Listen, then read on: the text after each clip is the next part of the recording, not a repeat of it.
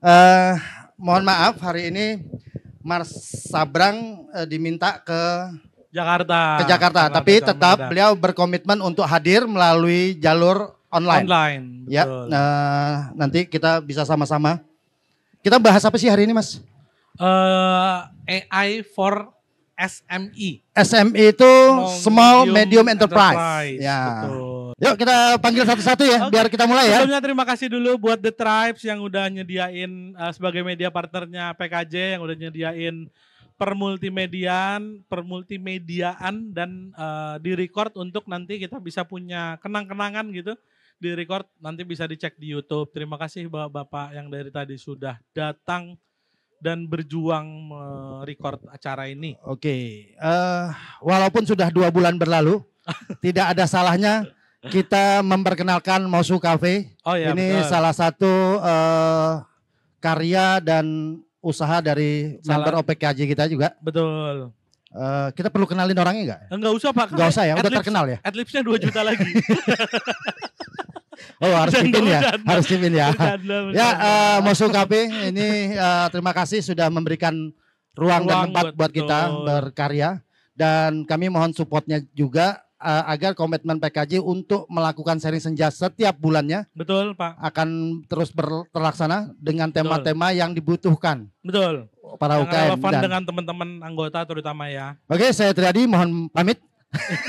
Kan cuma Anda sendiri yang solo hari ini. Jangan Pak, temenin Pak, di panggung sendiri. Sebelumnya saya mau ucapin terima kasih kepada bapak-bapak, ibu-ibu semua yang udah hadir.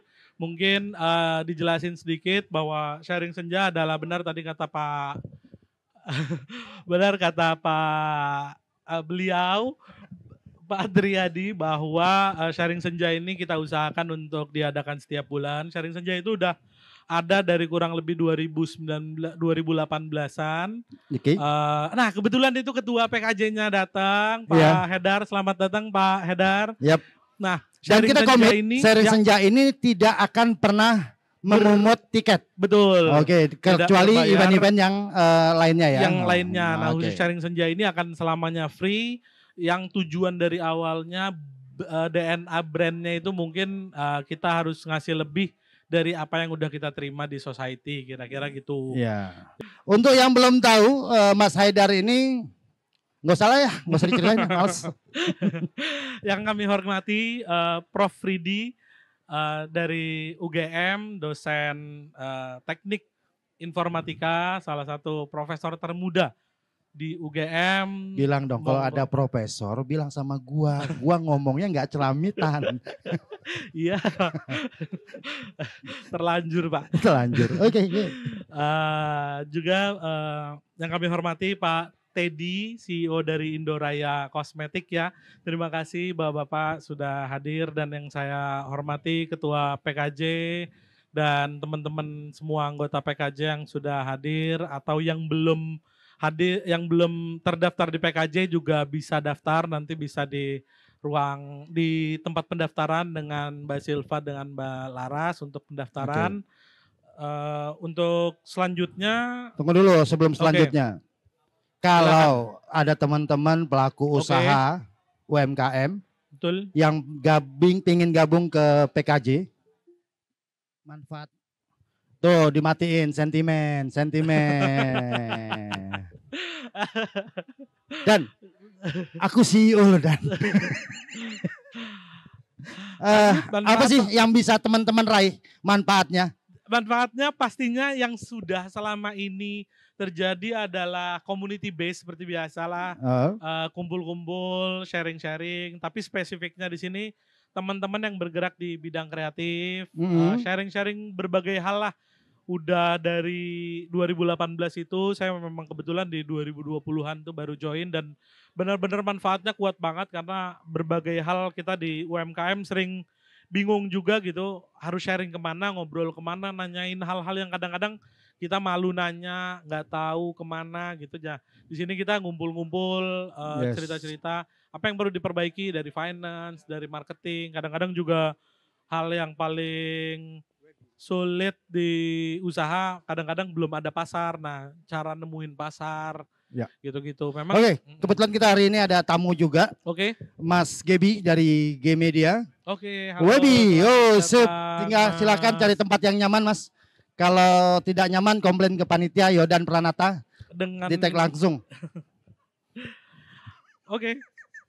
Yuk, kita mulai aja ya kali ya. Dok sorean aja.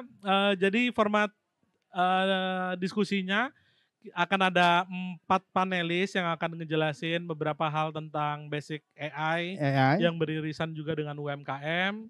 Setelah penjelasannya nanti akan ada diskusi bersama. Silakan tanyakan apapun. Nah, di situ tektokan silakan yang masih bingung apa itu AI dan hal yang berhubungan dengan teknologi bisa ditanyakan di forum ini. Nggak perlu malu karena kita juga semua sama-sama belajar. Jadi harapannya pulang ke sini kita nambah relasi. Kalau nambah relasi ya mudah-mudahan nambah rezeki ya. Iya. Itu kayaknya tapi gini, Mas Gali selaku pemilik Mosu ya akan memberikan sesuatu bagi mereka yang pertanyaannya berbobot. Oh iya, door prize saham kalau nggak salah. Iya, door prize saham sekitar 25% ya. Ya, Mas Galinya pura-pura nggak denger. Iya, pura-pura loh. Oke, yuk. Kita minta tamunya lah, narasumber kita panggil aja ya. Kita panggil pertama yakni Bapak Darsa, CEO dari Moi Group. Yes. Waktu dan tempat kami persilakan. Ada yang belum kenal Moi? Ada yang belum pernah beli saladnya Moi? Ayo yang sepanjang jalan Monjali. Tapi kami beruntung sekali bisa menghadirkan beliau. Karena jadwal beliau bulan kemarin itu padat banget, harus keluar negeri terus kayaknya ya. Betul. Silakan dipilih tempat yang paling nyaman. Silakan. Selanjutnya kita panggil Mas Yasa, CEO dari Serpihan. Yang biasanya pakai kemeja tapi hari ini nggak pakai kemeja. Betul. Yang satu lagi yang paling cantik. Noviana Monalisa dari CEO Klik Hukum dan Haidira. Ya. Waktu dan tempat kami persilahkan. Ini narasumber yang minta title-nya dicopot di hari terakhir postingan posternya. Hai. Ya silakan Mbak. Oke. Silakan Pak Edo, saya pamit ya. Makasih. Jam tugas saya. Pulang. Oke. Mungkin sebelum mulai acara kami memohon meminta waktu mungkin untuk Pak Ridi, Prof. Ridi untuk sambutan. Sebelumnya terima kasih sudah hadir di acara kami. Kami ini biasanya formatnya nongkrong Pak. Jadi agak informal, mohon maaf nih Pak, gak terlalu formal. Waktu dan tempat kami persilakan Pak Ridi. Terima kasih. Assalamualaikum warahmatullahi wabarakatuh. Saya juga sempat salah kostum. Saya pikir saya salah kostum. Saya udah komunikasi. Wah Mas gawat nih Mas, saya salah kostum gitu ya. Oke. Di UGM saya profesor, tapi kalau di sini saya cuma prosesor gitu ya. Prosesor apa? Prosesor makanan gitu ya. Oke.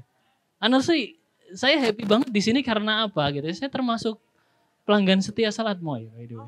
Ya. Dan begitu tahu, ternyata ini adalah mahasiswa saya. Yang lulusnya susah. Nyaris mau DO. Okay. Jadi ini lesson to learn sih. Lesson to learn banget gitu kan. Ini kalau teman-teman yang mau DO suksesnya kayak gini. Gimana yang gak DO? Jangan-jangan gak sukses. Nah gitu ya. Okay. Jadi moral of story-nya saya ngelihat dua dunia nih, akademisi dan teman-teman industri gitu ya. Tapi saya nemu benang merah gitu ya. Waktu itu saya ingat banget gitu ya. Mas Darsa ini termasuk gigih. Ya. Termasuk sedia mengikuti proses. Nah, jadi kalau prosesnya susah di akademisi dia ikut dan sebagainya. Mungkin dari itu dia punya satu mekanisme istiqomah yang melebihi dari kita semua. Nah, bicara seperti itu, UMKM dan AI pun gapnya tinggi. Ya. UMKM sama AI itu gapnya tinggi. Karena apa? Begitu kita bicara AI yang beneran, saya cuma bilang AI yang beneran ya. AI yang beneran tuh biayanya mahal. Ya, biayanya mahal. Contoh UGM. UGM punya superkomputer 4 biji. Satu superkomputer itu bisa beli ya mungkin satu Porsche baru lah ya. Punya 4 superkomputer. Dipakai enggak? Enggak. Utilisasinya masih rendah. Sekitar 20-30%. Kenapa masih rendah? Karena kita belum tahu, kita belum menemukan suatu ruang eksplorasi di luar literasi yang kita biasa pelajari. Dan saya memahami di sini bahwa literasi yang bisa kita pelajari di luar akademisi ya ini. Teman-teman ini yang punya real case, real problem, real solution ya. Makanya saya begitu di-invite gitu, saya senang. Karena ini pertama kalinya saya masuk ke segmen yang real, retail ya. Biasanya itu segmen-segmen yang tidak real ya. Makhluk cerdas yang tidak terlihat gitu ya. Kayak mungkin teman-teman tahu zaman dulu ada Siri lah, ada Cortana lah, itu kan nggak kelihatan. Nah, balik lagi. 3 pesan saya kepada teman-teman UMKM. Mau nggak mau, teman-teman UMKM harus pakai AI. Karena aturannya sederhana. Orang yang kalah itu bukan orang yang nggak belajar, tetapi orang yang nggak belajar pakai AI. Jadi kalau kalian masih istiqomah nggak pakai AI, maka bersabarlah, sebentar lagi kalian akan dikalahkan oleh pengusaha yang istiqomah pakai AI. Ya, itu pesan pertama. Artinya mulai sekarang yuk ambil AI yang kelihatan dipelajari. Yang kedua, dari koridor kacamata akademisi, AI di level small medium enterprise atau UMKM ya berarti ya, itu segmennya menarik dan bisa diaplikasikan. Saya ngambil dari 5 layanan teratas ya. Layanan pelanggan pasti pakai AI, chatbot ya. Marketing dan content generation pakai AI pasti. Analisis prediksi, segmentasi pasar pakai AI sekarang. Ya. Bahkan aspek-aspek yang lain mungkin kita ingin meletakkan di mana tenan martabak itu juga someday kalau teman-teman lihat akan dibantu AI. Tapi hal ketiga yang mau saya sampaikan, hal terakhir yang mau saya sampaikan adalah AI itu nggak akan work. AI itu cuma enabler kalau teman-teman kita semua nggak terbiasa mendokumentasikan data dengan baik. Kenapa Gojek bisa pinter banget? Ya, pakai AI. Sederhana, karena Gojek punya data sebegitu banyak. Ya, dia tahu kalau saya beli salad moi, pasti saya beli Hola Jus. Dan dia juga tahu kalau saya belinya pasti malam. Gak mungkin saya malam-malam makan nasi goreng. Karena berat saya sudah naik begitu signifikan. Relasi-relasi tersebut, kalau teman-teman pelajari menggunakan open table, open note, itu gak akan make sense. Tapi dengan AI, ya. Jadi dari 3 hal itu, teman-teman mumpung ada acara namanya apa nih? Sharing senja. Sharing senja. Tolong hadirilah, datang gitu ya. Mumpung sharing senja. Bukan sharing subuh. Ya, mungkin nanti saya buat kompetitor ya, namanya sharing subuh gitu ya. Ya, dari masjid atau dari ibadah kumpul di sini sharing subuh gitu ya. Oke. Cuma belum mikirin bisnis ya. Itu mikirin ini aja, mikirin akhirat dulu aja. Mungkin dari saya. Nanti mungkin kalau pengen diskusi atau apa silakan, saya masih ada di sana ya. Saya ucapkan terima kasih, semoga teman-teman bisa belajar lewat pengalaman. Karena belajar terbaik adalah belajar pengalaman, terutama belajar dari kegagalan. Ya, oke. Seperti itu, terima kasih. Wassalamualaikum warahmatullahi wabarakatuh. Terima kasih Pak Ridi. Mungkin kita sama-sama, mungkin teman-teman di UMKM juga masih bingung ini implementasi AI-nya kayak gimana, apa emang bisa menunjang operasional, apa memang tadi benar real case emang kita dihadapin hal-hal yang langsung praktis harus diselesaikan mungkin hari itu, jam itu juga. Misalnya Mas Darsa juga kan menit per menit harus diselesaikan masalah platformnya, masalah customernya. Nah, apakah hal-hal itu dengan AI dapat menunjang secara langsung kami teman-teman yang di praktikal gitu? Mungkin aku bisa minta bantuan dengan Mas Yasa dulu kali ya. Mas Yasa, waktu dan tempat dipersilahkan. Terima kasih Mas Edo. Perkenalkan, saya Yasa, CEO Servian. Kami startup fokus untuk pengembangan teknologi AI dalam penggunaan bahasa, yang kemudian sedang mengembangkan aplikasi untuk pencatatan dan manajemen rapat. Nah, yang kemudian kami rasakan untuk AI dalam hal penggunaannya dalam UMKM, kita kemudian pasti akan merujuk pada sebenarnya UMKM itu udah butuh AI apa belum gitu. Nah, lama-lama mungkin pasti butuh. Cuman dari tadi mungkin kita ada bahasan dengan Pak Ridi, dengan Pak Dedi dan lain-lain, dengan Mas Darsa juga, bahwasanya gap antara AI, kemudian perkembangan AI dan kemudian UMKM itu semakin menjauh. Dan perkembangan dan gap yang kemudian semakin menjauh itu mau nggak mau memaksa kita untuk segera mungkin menggunakan AI. Nah, gimana sih kemudian cara para UMKM, para owner itu untuk kemudian menggunakan AI dalam hal yang paling sederhana? Nah, mungkin tadi kita merujuk pada apa yang disampaikan Pak Ridi, bahwa AI itu sebenarnya hal yang kemudian kita harus mengerti terlebih dahulu penggunaannya untuk apa dulu gitu. Apakah kemudian untuk membaca riset pasar, atau apakah kemudian untuk membaca laporan keuangan, ataukah apakah untuk mendokumentasikan berbagai data kita. Contohnya pelaporan, rapat atau notulensi dan lain-lain. Nah, sejauh ini mungkin kita mengerti bahwa ada yang namanya ChatGPT, ada yang namanya Gemini dari Google dan lain-lain. Tapi penggunaannya dari kebanyakan kita mengerti bahwa itu semua membutuhkan yang namanya prompt engineering gitu. Sedangkan prompt engineering adalah suatu skill yang baru saja muncul dan tidak semuanya kemudian bisa dengan mudah memahaminya dan kemudian belajar apakah itu prompt engineering gitu. Nah, satu PR yang kemudian ingin saya garis bawahi adalah AI itu adalah tools, bukan kemudian kita berlomba-lomba untuk menerapkan AI hanya karena lagi tren gitu. Nah, tools itu kemudian akan perlu untuk disesuaikan dengan bisnis kita.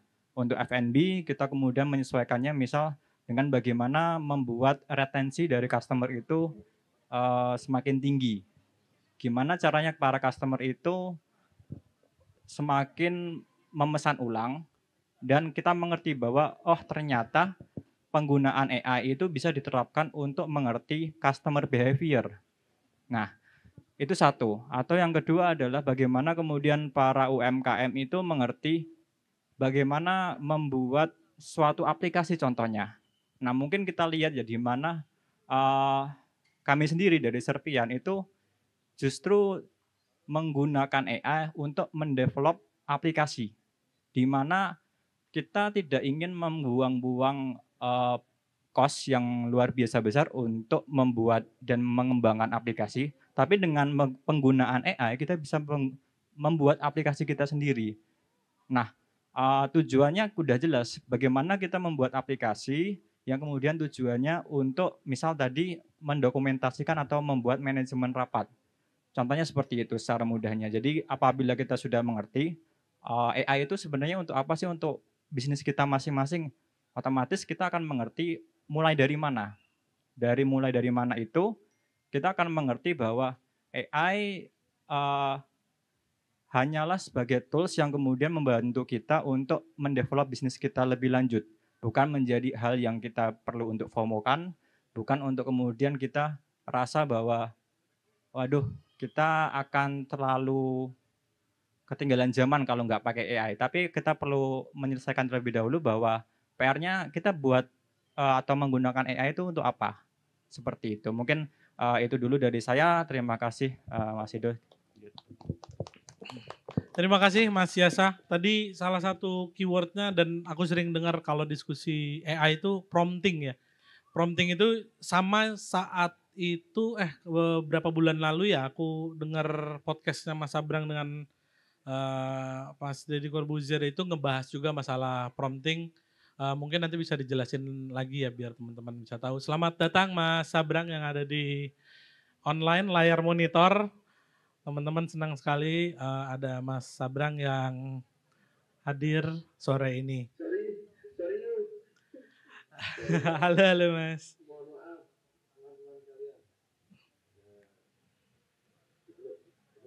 Baik. Oke, Mas Sabrang.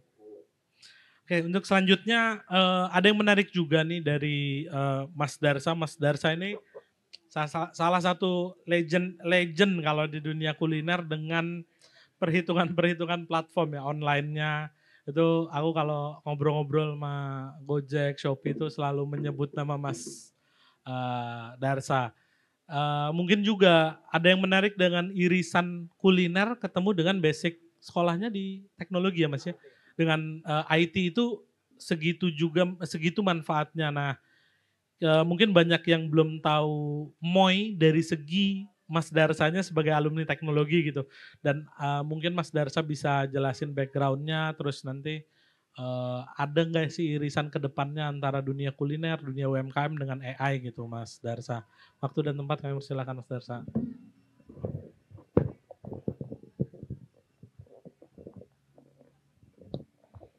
Oke, Assalamualaikum warahmatullahi wabarakatuh. Waalaikumsalam warahmatullahi wabarakatuh.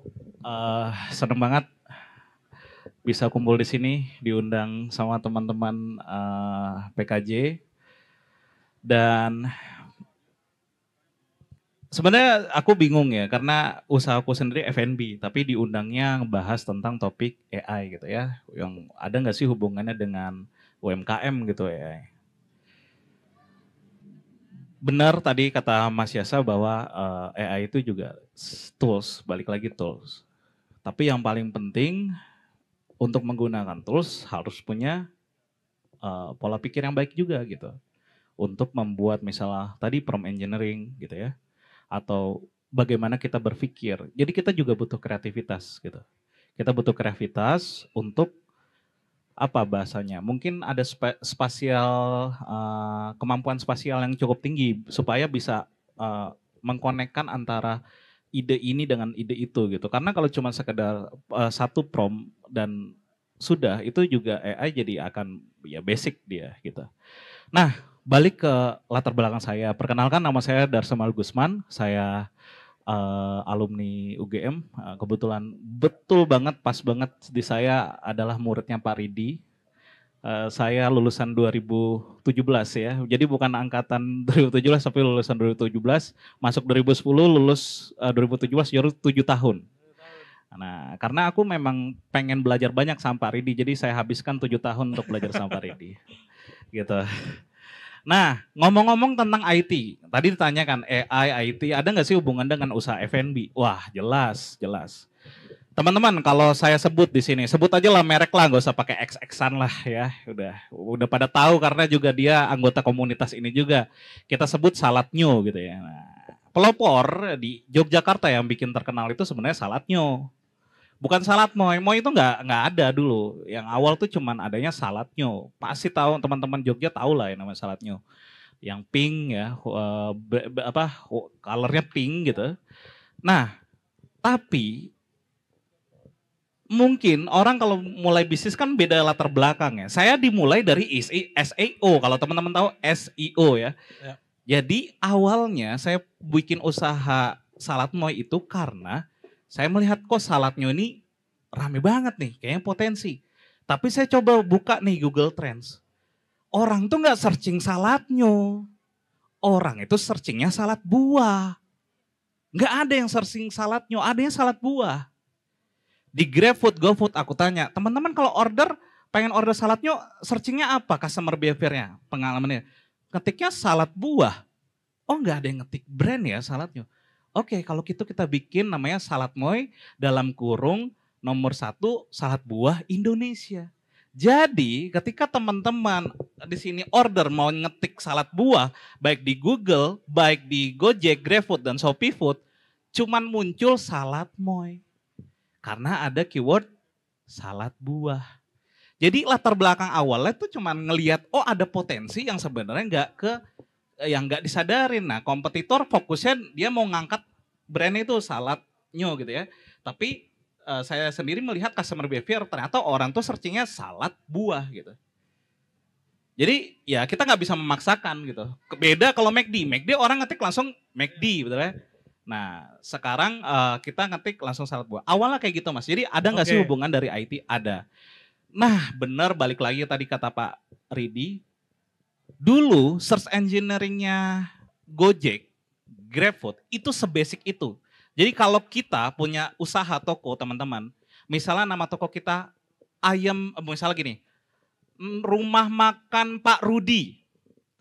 Kalau ada teman-teman searching ayam goreng, usaha kita yang brandnya itu nama tokonya ayam, apa tadi, rumah makan Pak Rudi, sampai jebot pun gak akan keluar. Nggak akan keluar. Karena apa? Karena dulu algoritmanya cuma sebatas dia men-searching yang ada nama itu di nama tokonya. Jadi kalau nggak ada ayam goreng, orang kalau searching ayam goreng, karena usahanya aja rumah makan Pak Rudi, dia nggak akan pernah ketemu.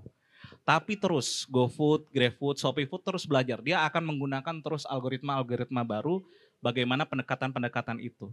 Jadi benar kata Pak Ridi juga. Sekarang nggak usah searching ngetik ayam goreng. Sampai nggak perlu ngetik ayam goreng pun, kita udah dikeluarin ayam goreng.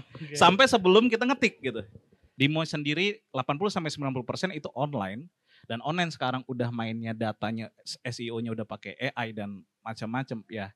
Kita harus beradaptasi Mas di situ. Jadi kalau enggak kita tidak mempelajari ya bahaya juga gitu. Jadi ini pembukaan dari saya, nanti mungkin kita akan baru membahas lebih teknis. Itu dulu, terima kasih. Oke, terima kasih Mas Darsa. Luar biasa, tolong tepuk tangannya ya teman-teman.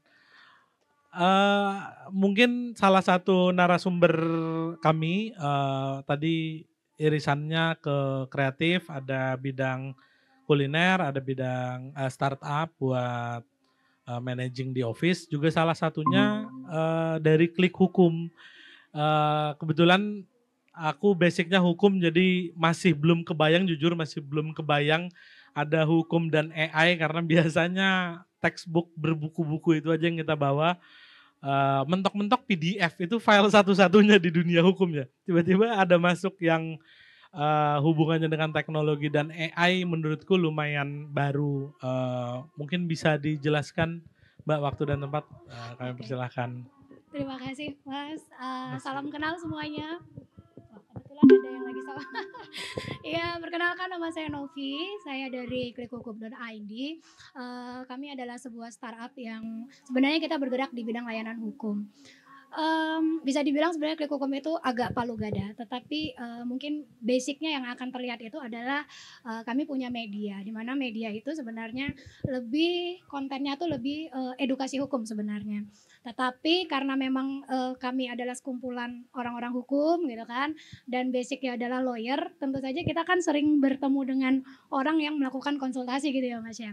Jadi sebenarnya kami selalu gini, kalau orang hukum tuh sebenarnya agak sedikit formal, agak kaku, dan agak takut teknologi, bener gak Mas? Betul. Jadi kayak sedikit alergi gitu. Jadi kalau kita ngebahas tentang teknologi gitu, gak usah jauh-jauh deh, misalnya AI gitu ya, itu beranggapan bahwa teknologi itu adalah kompetitor gitu, dan apa sih pakai kayak gitu. Nah, jadi sebenarnya justru dari Klik Hukum itu mengkampanyekan bahwa sebenarnya teknologi itu adalah sesuatu yang harusnya kita itu berjalan sejalan gitu. Bila perlu kita menggunakan agar apa? Agar pekerjaan kita lebih efisien sebenarnya seperti itu. Tetapi kembali lagi orang hukum termasuk orang yang sulit untuk kita ajak apa ya? Move gitu untuk apa namanya? Kita ajak maju gitu. Walaupun sekarang mungkin udah ada ya beberapa kampus-kampus yang memang dia membuka program kekhususan yang memang relate dengan teknologi gitu. Tetapi akhirnya karena memang ketika menggambarkan sesuatu tetapi sulit untuk dipahami oleh orang hukum gitu. Jadi kami berinisiatif untuk ayo kita coba bikin istilahnya prototipenya, sampelnya sebuah apa ya namanya. Mungkin tadi kalau AI itu adalah toolsnya gitu ya. Yang nanti bisa teman-teman hukum sendiri bisa lebih mudah gitu melihat gitu.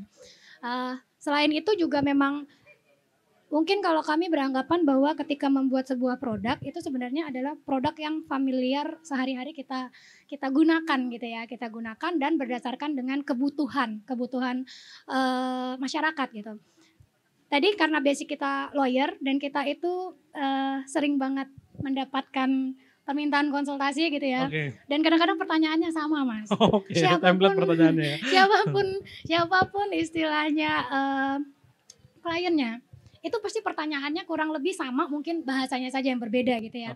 Lalu kemudian mungkin memang kami agak FOMO ya ketika tahu ini dia ada gini-gini. Lalu kemudian saya berguru sama Mas Abrang. Jadi kebetulan saya memang tadinya tuh blank karena memang saya tidak punya basic di IT gitu. Lalu kemudian saya coba belajar memahami kira-kira AI. Walaupun saya tidak belajar teknisnya, tetapi setidaknya saya belajar memahami sebenarnya proses kerjanya seperti apa. Karena kita kan yang penting sebenarnya proses kerjanya, karena kalau nanti teknisnya bisa teman-teman IT yang membantu gitu. Lalu setelah kita menemukan istilahnya, oh proses kerjanya gitu. Jujur aja ya Mas, mungkin di sini dulu karena saya orang hukum, jadi saya selalu bertanya-tanya, hakinya AI itu gimana? Nanti kalau saya bikin nanti hakinya gimana gitu kan. Jadi justru lucu gitu, pergelutannya lebih kepada pikiran-pikiran secara legal formal gitu kan. Betul. Nah, tapi kemudian setelah saya dapat berbagai pencerahan, saya baru tahu oh ternyata program kerjanya seperti ini, baru kita akhirnya maju. Jadi ketika kita istilahnya ingin berkolaborasi, kita udah tahu petanya nih. Kira-kira hal-hal apa yang harus kita istilahnya jadi job desk kita masing-masing gitu kan. Karena tadinya saya blank sekali. Terus akhirnya kita menemukan teman kolaborasi, ada Kedata Indonesia, nggak tahu nih datang nggak ya hari ini ya. Jadi teman-teman dari Kedata membantu kita karena mereka kan memang basicnya di perusahaan yang memang bergerak di bidang layanan AI gitu ya. Kemudian kita sharing-sharing, lalu kemudian saya sampaikan saya punya nih satu keinginan gitu ya untuk membuat layanan konsultasi hukum pakai AI. Kenapa? Karena layanan hukum itu sebenarnya sesuatu yang mahal. Satu, yang kedua, kadang-kadang kalau orang punya masalah itu malu Mas untuk cerita gitu. Betul. Ketiga, kalau orang yang benar-benar tidak pernah punya masalah hukum lalu kemudian dia disuruh konsultasi, kadang bingung Mas. Bingung terus ragu-ragu, takut gitu ya. Yang keempat sebenarnya kalau googling aja ada ya, tetapi kadang-kadang googling itu kan masih sesuatu yang sifatnya tadi kata Mas ya PDF gitu kan ya, masih sesuatu yang mungkin kurang bisa chit-chat gitu sama kita. Nah jadi saya berusaha nih, saya sampaikan ke teman-teman teknisi yang memang memahami ya, karena kalau saya cuman yang penting tahu oh proses kerjanya seperti itu gitu ya. Lalu kemudian saya cari teman-teman yang memang memahami dan kebetulan alhamdulillah ketemu nih dengan teman collab yang asik gitu kan, bisa saling klop gitu. Ya kita bikin namanya Haidira Mas. Haidira. Jadi sebenarnya Haidira itu adalah layanan konsultasi hukum yang menggunakan tools AI, kurang lebih seperti itu. Gitu Mas. Mungkin nanti penjelasan tentang Haidiranya bisa setelah ini Mbak. Terima kasih udah sharing. Mungkin di layar ada Mas Abrang. Mas Abrang, selamat sore. Halo, selamat sore. Oh ya, Mas Abrang, selamat sore. Tadi udah kita dengerin dari teman-teman ini multi industri ngebahas dari sisi irisannya dengan AI.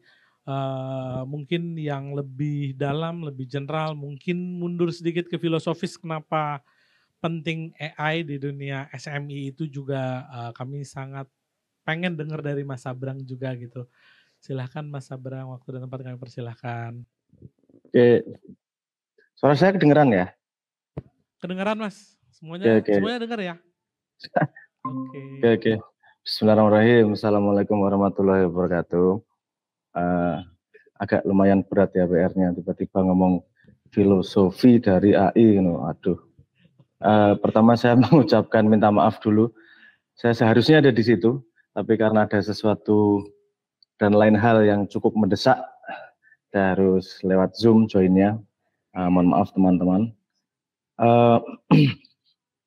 Kalau masuk ke AI sebenarnya pada garis yang sama dengan teknologi kan gitu aja sih.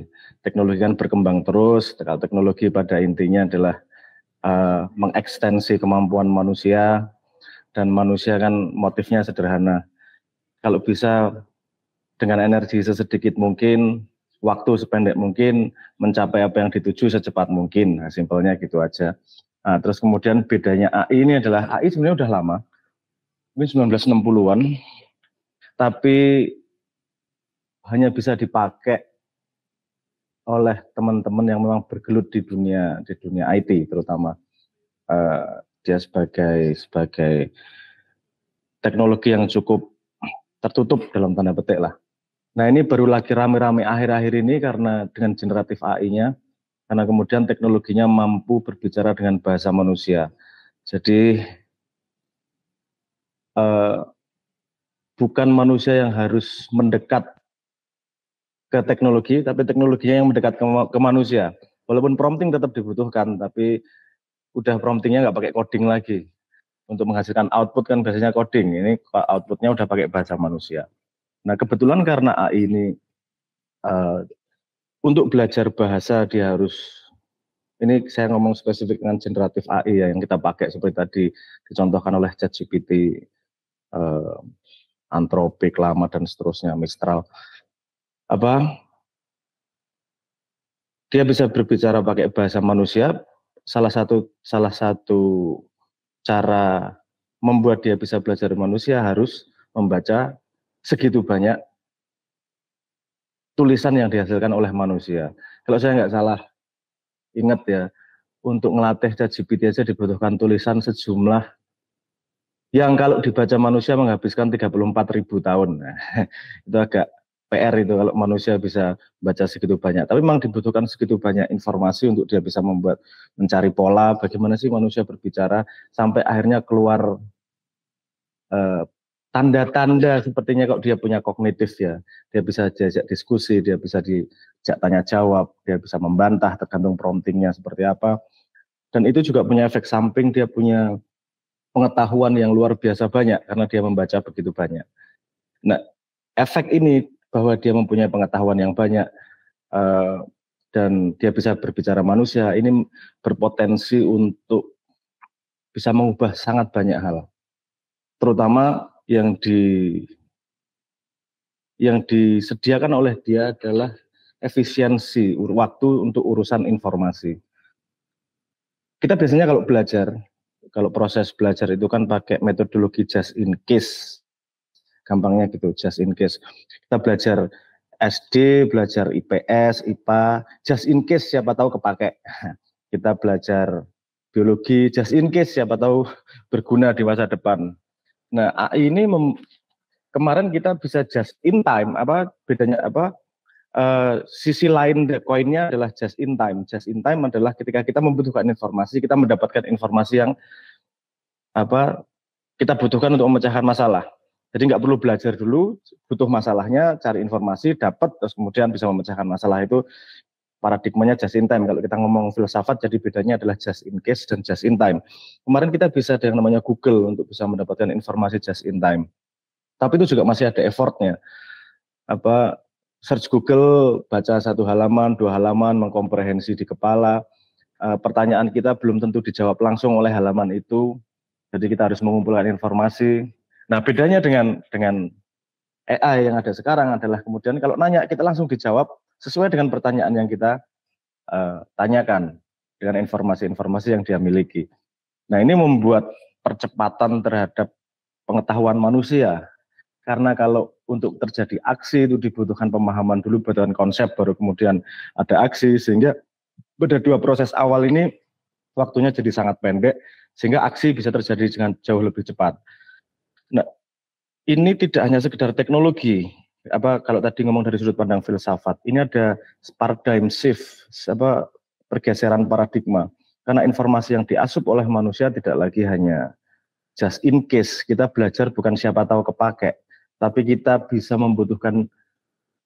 menarik informasi yang dibutuhkan saat itu untuk memecahkan masalah saat itu dengan efektif. Nah, itu yang membuat AI, generatif AI yang mampu ngomong dengan bahasa manusia ini punya potensi untuk shifting yang sangat besar. Hampir semua banyak industri pasti akan terbantu dari sudut manapun, banyak yang terbantu, dan tentu ada juga yang terganggu. Terutama untuk urusan pendidikan, karena kemudian tidak mudah lagi untuk bisa nge-track nih. Kalau ada siswa kelihatan tahu, dia benar-benar tahu tahunya dibantu sama AI, padahal perlu dibutuhkan untuk ngukur nih kemampuan mahasiswa misalnya gitu. Tapi ini masalah yang sedikit demi sedikit dipecahkan karena arusnya generatif AI ini agak susah dibendung. Sepanjang sejarah manusia, teknologi yang bisa mengefisiensikan waktu, mengefisiensikan energi, itu otomatis juga meningkatkan profit, kemudian gitu. Itu sangat susah dibendung karena motif utama ketika orang berusaha membuat perusahaan adalah mencari profit. Segala sesuatu yang bisa membuat itu profitnya meningkat akan dipakai, mau regulasinya gimana. Bahkan ada yang namanya shadow worker GPT, itu di mana perusahaan sudah tidak mengizinkan pekerjanya pakai AI, tapi diam-diam pekerjanya pakai AI sendiri, misalnya gitu. Karena pekerjanya juga pengen enteng, males lah, ruwet bisa bikin gini aja kok. Dan ini sekarang mulai populer. Apalagi Indonesia kan paling seneng tuh, gimana kalau bisa secepat mungkin sampai tujuan singkat mungkin, sikat aja kan gitu. Nah ini butuh banyak adaptasi di banyak tempat ini. Tapi kita sekarang semua bisa dikatakan masih pada generasi early adopter ini. Jadi kenapa bagus, saya setuju dengan kumpulan-kumpulan seperti ini agar kita tidak terlambat dan aware terhadap perkembangan teknologi. Dan saya ngobrol-ngobrol tentang AI, memang perkembangannya luar biasa cepatnya karena interest dunia segitu tingginya, dan kita harus siap impact-nya di Indonesia bakal seperti apa. Selama belum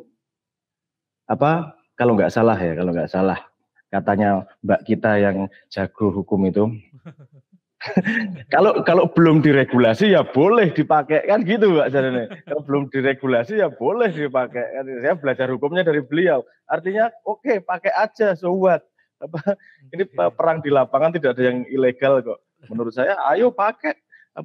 Ada ilmu segitu banyak, ada ada sesuatu yang bisa ditanyain, bisa menjawab segitu banyak. Salah satu contoh yang paling saya senang itu adalah salah satu petani muda di Lampung. Itu yang dia putus asa belajar pertanian, terus kemudian tanya ChatGPT, terus tanam melon sendiri, sampai 2 tahun kalau nggak salah, terus omsetnya meningkat begitu pesat lah dalam tanda petik. Dan tentu saja kenapa penting untuk tahu teknologi, karena semua teknologi juga mengandung resikonya, mengandung dark side-nya, mengandung sisi gelapnya juga. Nah, penggunaan teknologi secara tepat itu yang menumbuhkan manusia secara sustainable. Menurut saya pengetahuan kita terhadap limitasi bahayanya dari teknologi ini juga penting. Selain opportunity juga pasti mengandung threat, mengandung ancaman juga. Seperti kita tahu tidak ada tabrakan mobil sebelum ada mobil. Artinya resiko tabrakan mobil datang dengan datangnya teknologi. Ini juga akan ada resiko lagi yang datang dengan adanya AI tentu saja. Nah teman-teman yang kumpul di sini, harapan saya adalah bisa mengukur resiko yang tepat sehingga bisa memanfaatkan teknologi secara tepat untuk masing-masing hidup pengetahuan untuk kebutuhan Anda masing-masing. Ini bakal banyak pekerjaan yang mungkin bisa agak terancam. Misalnya kalau ada yang ustadz di sini agak bahaya nih, karena gampang ustadznya salah ngomong ayat gitu, bener nggak sih itu? Hukum ini ya sangat-sangat sangat-sangat berguna untuk teman-teman hukum. Saya sebagai orang yang sangat tidak tahu hukum, hanya takut dihukum gitu. Hukum segitu banyak itu saya bacanya aja emosi kan gitu. Bahasanya sudah saya nggak paham, formal, domain spesifik language-nya aja berbeda. Itu benar-benar butuh guru yang saya tidak malu bertanya 10 kali itu. Karena kalaupun saya tidak malu, gurunya pasti juga emosi. Saya tanya, saya nggak paham ya. Itu salah satu advantage utama dari AI yang saya rasakan langsung itu adalah ketika saya bodoh itu saya nanya 10 kali itu tidak merasa dihukum sama gurunya gitu. Many level kita bisa menggunakan AI ini, dari level yang sangat kecil hanya pengen tahu sesuatu secara cepat, yang kurios sesuatu yang tidak penting sama sekali misalnya, atau memang untuk sesuatu yang kritikal, emang di bisnis Anda itu seperti apa. Mungkin Anda ini sangat bisa menghilangkan yang disebut sebagai heuristic bias. Heuristic bias adalah anggapan di kepala manusia di mana yang tidak kita ketahui jauh tidak lebih penting daripada yang kita ketahui. Dengan GPT kita benar-benar bisa melihat bahwa yang kita ketahui itu ternyata sangat sedikit deh. Ternyata ada banyak teori alternatif di luar sana yang bisa dicoba dan bisa dieksplorasi. hanya satu domain yang Anda geluti pun itu bisa ngelihat perspektif yang sangat banyak, teori yang sangat macam-macam dan seterusnya lah. Ini monggo, ini teknologi mungkin dari sudut pandang saya, entah itu filsafat, entah itu orang curhat, entah yang penting saya di sini mencoba taruh sesuatu di meja, semoga bermanfaat. Mari kita manfaatkan masing-masing ini. Mungkin satu pesan terakhir ini, kenapa kita perlu aware terhadap AI. Kebetulan AI ini sangat potensi untuk menjadi equalizer juga. Mungkin untuk teknologi yang lain seperti internet dulu kita ketinggalan. Entah ketinggalan waktu, entah ketinggalan adopsi, karena teknologinya belum datang, dan seterusnya. Tapi kalau generatif AI ini sedunia relatif sama mulainya. Artinya siapapun bisa masuk, kalau mau masuk, belajar, dan sedalam apa informasinya tersedia semua, terbuka semua. Jadi kalau kita ketinggalan lagi, itu bukan lagi masalah keadaan, tapi masalah ketidakmauan untuk mengikuti. Jadi kalau ketinggalan AI, jangan menyalahkan siapapun kecuali dirimu sendiri nanti kemudian. Adaptasi is the only currency, let's adapt and belajar things new terus-menerus. Matur nuwun, itu yang saya sampaikan. Terima kasih Mas. Ya. Mungkin dari teman-teman ini percakapannya semakin menarik. Mungkin ada yang mau ditanyakan, monggo banget. Jadi biar diskusi hari ini bisa tepat juga berdasarkan industrinya, karena tadi ada yang praktikal di F&B, ada yang langsung di startup, ada juga Mas Abrang, ada dari hukum juga. Berbagai macam industri ini kan irisannya sama gitu, sama-sama curious gitu kita dengan AI. Jadi mungkin teman-teman yang lagi ada di industrinya dan pengen nanya bisa langsung tanya. Ayo silahkan Mas Zaki. Mas Zaki ini F&B bidangnya yang punya Giarnos Pizza di seberangnya. Cek. Di seberangnya Mas? Amplas. Ambarukmo Plaza. Udah cukup mungkin?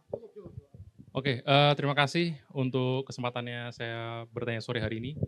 Jadi mungkin dari beberapa info yang sudah saya tangkap juga, dan saya yang juga masih ada di industrinya secara langsung di F&B, saya sudah sadar nih bahwa ada kebutuhan di mana misal saya pengen analisis pasar, terus mungkin tadi salah satu fungsi juga untuk proses laporan keuangan, atau mungkin bahkan sampai kayak pilih tempat buat ekspansi.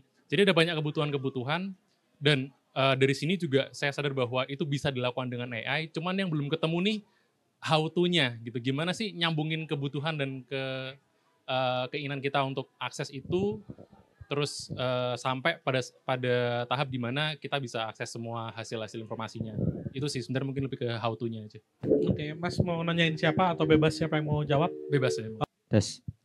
Oke, izin jawab Mas. Jadi selama ini ya, jadi mungkin apa yang kulakukan untuk hal-hal terkait pengembangan secara teknologi dan berkaitan dengan AI itu, kita membaginya perlu menjadi 3 hal menurut saya. Pertama itu tekstual, kedua audio, dan ketiga gambar atau video. Nah, dari 3 jenis itu sebenarnya kita udah memetakan bahwa data apa yang ingin kita olah. Apakah teks berupa dokumen, apakah gambar berupa mungkin gambar-gambar dari CCTV mungkin, atau dari hal lain, atau kemudian audio mungkin dari rapat atau dari yang lain. Nah, misal dari tadi pertanyaannya tentang riset pasar. Nah, riset pasar itu kita kemudian mencari tahu apakah data utama yang perlu kita cari. Pertama, apakah data yang primer langsung dari outlet kita misal. Nah, data yang primer itu langsung dari outlet kita bisa kita kemudian proses berupa salah satunya dari tekstualnya. Kita punya laporan bejibun lah, mungkin sebulan udah banyak banget, per hari ada katakanlah 30 laporan, cukup kompleks, cukup banyak. Gimana caranya kemudian kita mengetahui behavior customer kita. Nah, dengan AI itu gampangnya kita pakai generative AI itu memproses 30 laporan itu, dan kita mencari tahu apa sih titik atau poin penting yang bisa kita terapkan atau kemudian behavior unik dari customer kita yang tertuang dari dokumen tersebut. Itu misal dari tekstual. Kemudian kalau dari gambar misal, kita ada CCTV. CCTV itu kadang kita bisa capture beberapa dalam suatu interval, misal per jamnya kita capture satu gambar. Otomatis dari gambar-gambar itu kita ngerti, oh titik paling ramai dari outlet kita itu ternyata di mana. Nah, dari gambar itu AI itu udah bisa tahu bahwa ternyata dari misal Senin sampai Minggu ternyata paling ramai itu kursi yang mana. Misal seperti itu. Jadi sebenarnya lebih ke riset pasar seperti apa yang kita inginkan. Pada akhirnya banyak banget hal yang bisa kita terapkan dengan pastinya harus ngerti terlebih dahulu untuk tujuan apa riset pasar kita. Apakah cut cost atau expense dari bisnis operasional kita atau meningkatkan profit atau upselling. Misal kemudian kita dari kasir kita kemudian merekam pembicaraan antara customer dengan kasir. Nah, kita bisa dengan rekaman itu kita mengolahnya dengan AI dan mengerti bahwa sales script kita dari kasir itu bisa membuat upselling seberapa besar sih? Nah, misal salah satunya dari itu. Jadi sebenarnya AI itu makanya tadi itu kita perlu untuk membawa AI itu lebih mudah digunakan. Jadi gimana caranya? Gimana caranya adalah dengan membungkus AI itu dalam bentuk yang paling mudah digunakan. Simpelnya kalau kita ngerti tekstual AI itu paling simpelnya dari dulu itu ada Google Translate. Nah, Google Translate itu kita nggak perlu prompting terjemahkan kalimat berikut ke dalam bahasa Inggris. Kita tinggal milih bahasa apa, dari apa, dan menuju apa. Nah, dengan pilihan-pilihan itu sebenarnya kita bisa kemudian secara mudah membuat berbagai orang, baik yang awam atau yang intelektual gitu, menggunakan AI semudah itu. Makanya mungkin jawaban saya kalau kemudian pertanyaannya mengenai riset pasar, pertama, tentukan tujuan, mungkin pangkas ongkos operasional atau meningkatkan profit.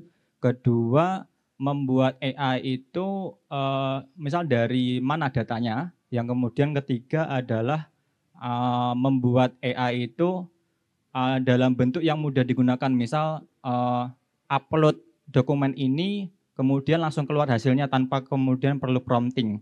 Jadi itu sih yang kemudian saya pikir cara bagaimana kita bisa membuat AI itu mudah digunakan ke kita semua gitu.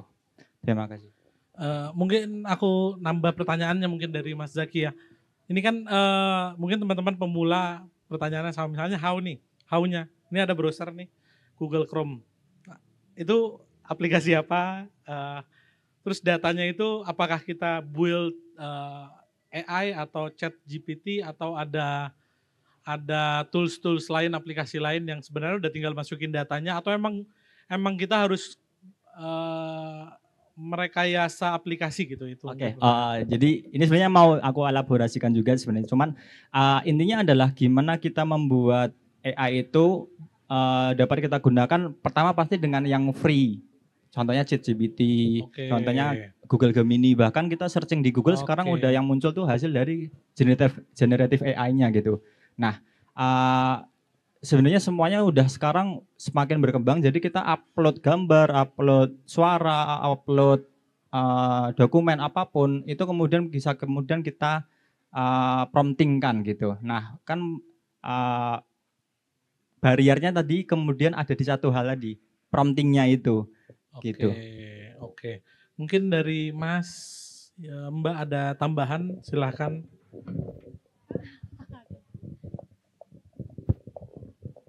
Karena judulnya sharing senja, jadi sharing aja ya Mas ya. Sharing aja silakan. Iya, sharing aja. Karena memang mungkin secara teknis saya yang tidak terlalu paham gitu ya. Maksudnya bagaimana prosesnya gitu. Karena kebetulan kan tadi saya bilang kita collab gitu. Memang kita sudah membagi job desk, tugas kita masing-masing apa gitu. Nah, cuman ini mungkin saya mau sharing buat teman-teman yang basicnya bukan hukum. Jadi misalnya punya usaha, basicnya bukan IT atau teknologi. Jadi misalnya kayak kami gitu ya, yang basicnya hukum, itu blank gitu dengan teknologi. Ya, benar. Kita mau ngapain gitu kan? Nah, ternyata dari hasil ini judulnya sharing, jadi cuma sharing pengalaman aja gitu ya, nggak tahu bener atau enggak progresnya karena kami semua learning by doing gitu. Jadi ternyata prosesnya di sini tadi Mas Yasa udah menjelaskan bahwa memang tergantung sih konteksnya, mau audio, mau visual atau mau memang tulisan gitu ya. Kalau hukum kan rata-rata memang pasti base-nya itu dari tulisan, dari literasi seperti buku, undang-undang, seperti itu ya. Nah ternyata challenge-nya di kita itu adalah justru membuat skenario-skenario yang mungkin akan ditanyakan oleh si user. Jadi justru mungkin kalau how to gitu, kalau bukan dari orang IT, kalau pengalaman saya sendiri, justru saya harus meng-create skenario yang mungkin akan ditanyakan oleh si user. Karena kalau kami kan karena kami membuat ya, bukan menggunakan. Jadi kami membuat tools yang nanti akan digunakan orang lain. Kalau artinya apa? Artinya kan kita meng-create sesuatu yang nyaman untuk orang itu pergunakan dan bisa benar-benar memenuhi kebutuhan mereka gitu. Jadi artinya apa? Tadi Mas Abraham sudah menjelaskan. Kalau di Google itu kadang-kadang belum spesifik dengan pertanyaan kita gitu. Walaupun satu dua mungkin ada yang langsung relate gitu. Nah, jadi challenge-nya how to-nya justru kami harus membuat skenario apa yang mungkin akan ditanyakan oleh orang, itu yang pertama. Kalau secara teknis di job desk kami. Tapi kalau memang kita mau hanya menggunakan, artinya untuk efektivitas kinerja kita gitu, kita menggunakan memang tools AI yang sudah ada gitu ya. Ya benar, kita bisa menggunakan aplikasi-aplikasi yang dia menggunakan tools AI ya sesuai kebutuhan. Kalau nggak salah udah macam-macam ya, sudah ada yang berbentuk video, nge-generate video, udah nge-generate musik dan lain sebagainya. Jadi tergantung sih how to yang mana gitu, how to kita cuma mau menggunakan atau how to untuk kita membuat satu tools yang menggunakan AI gitu. Kalau yang untuk menggunakan tadi saya bilang kalau di kami itu adalah justru membuat skenario. Membuat skenario. Oke. Mungkin ada yang mau jawab atau ada yang mau nanya lagi? Oke, ini ada penanya satu. Oh ya, saya silakan. perlu present beliau. Oke. Namanya Mas Alwi dari Widi Group. Siap, Mas Silakan, Alwi Mas Alwi dari Widi Group.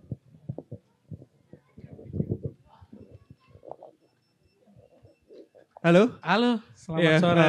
Salam kenal, nama saya Alwi dari Widya. Masih startup membangun kecil juga di Jogja, kayak gitu. Mau tanya kan tertarik ya, tadi kan banyak aplikasi di retail ya. Nah kalau misalkan AI untuk retail itu yang paling banyak digunakan itu pemeringkatannya kayak gimana ya? Kan mungkin kita AI-nya itu pertama untuk ningkatin penjualan. Nah, mungkin dia ngasih konten gambar otomatis, terus video otomatis, terus habis itu suara otomatis dan semacamnya. Tapi kalau misalkan di retail end to end, itu yang saya tanyain, sebenarnya yang paling banyak digunakan itu di bagian proses yang mana? Mungkin saya mau tanya peringkat 1 sampai 3 kayak gitu.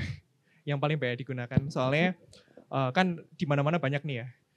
Contohnya mungkin retail buat yang jualan makanan mungkin, habis itu yang online dan semacamnya.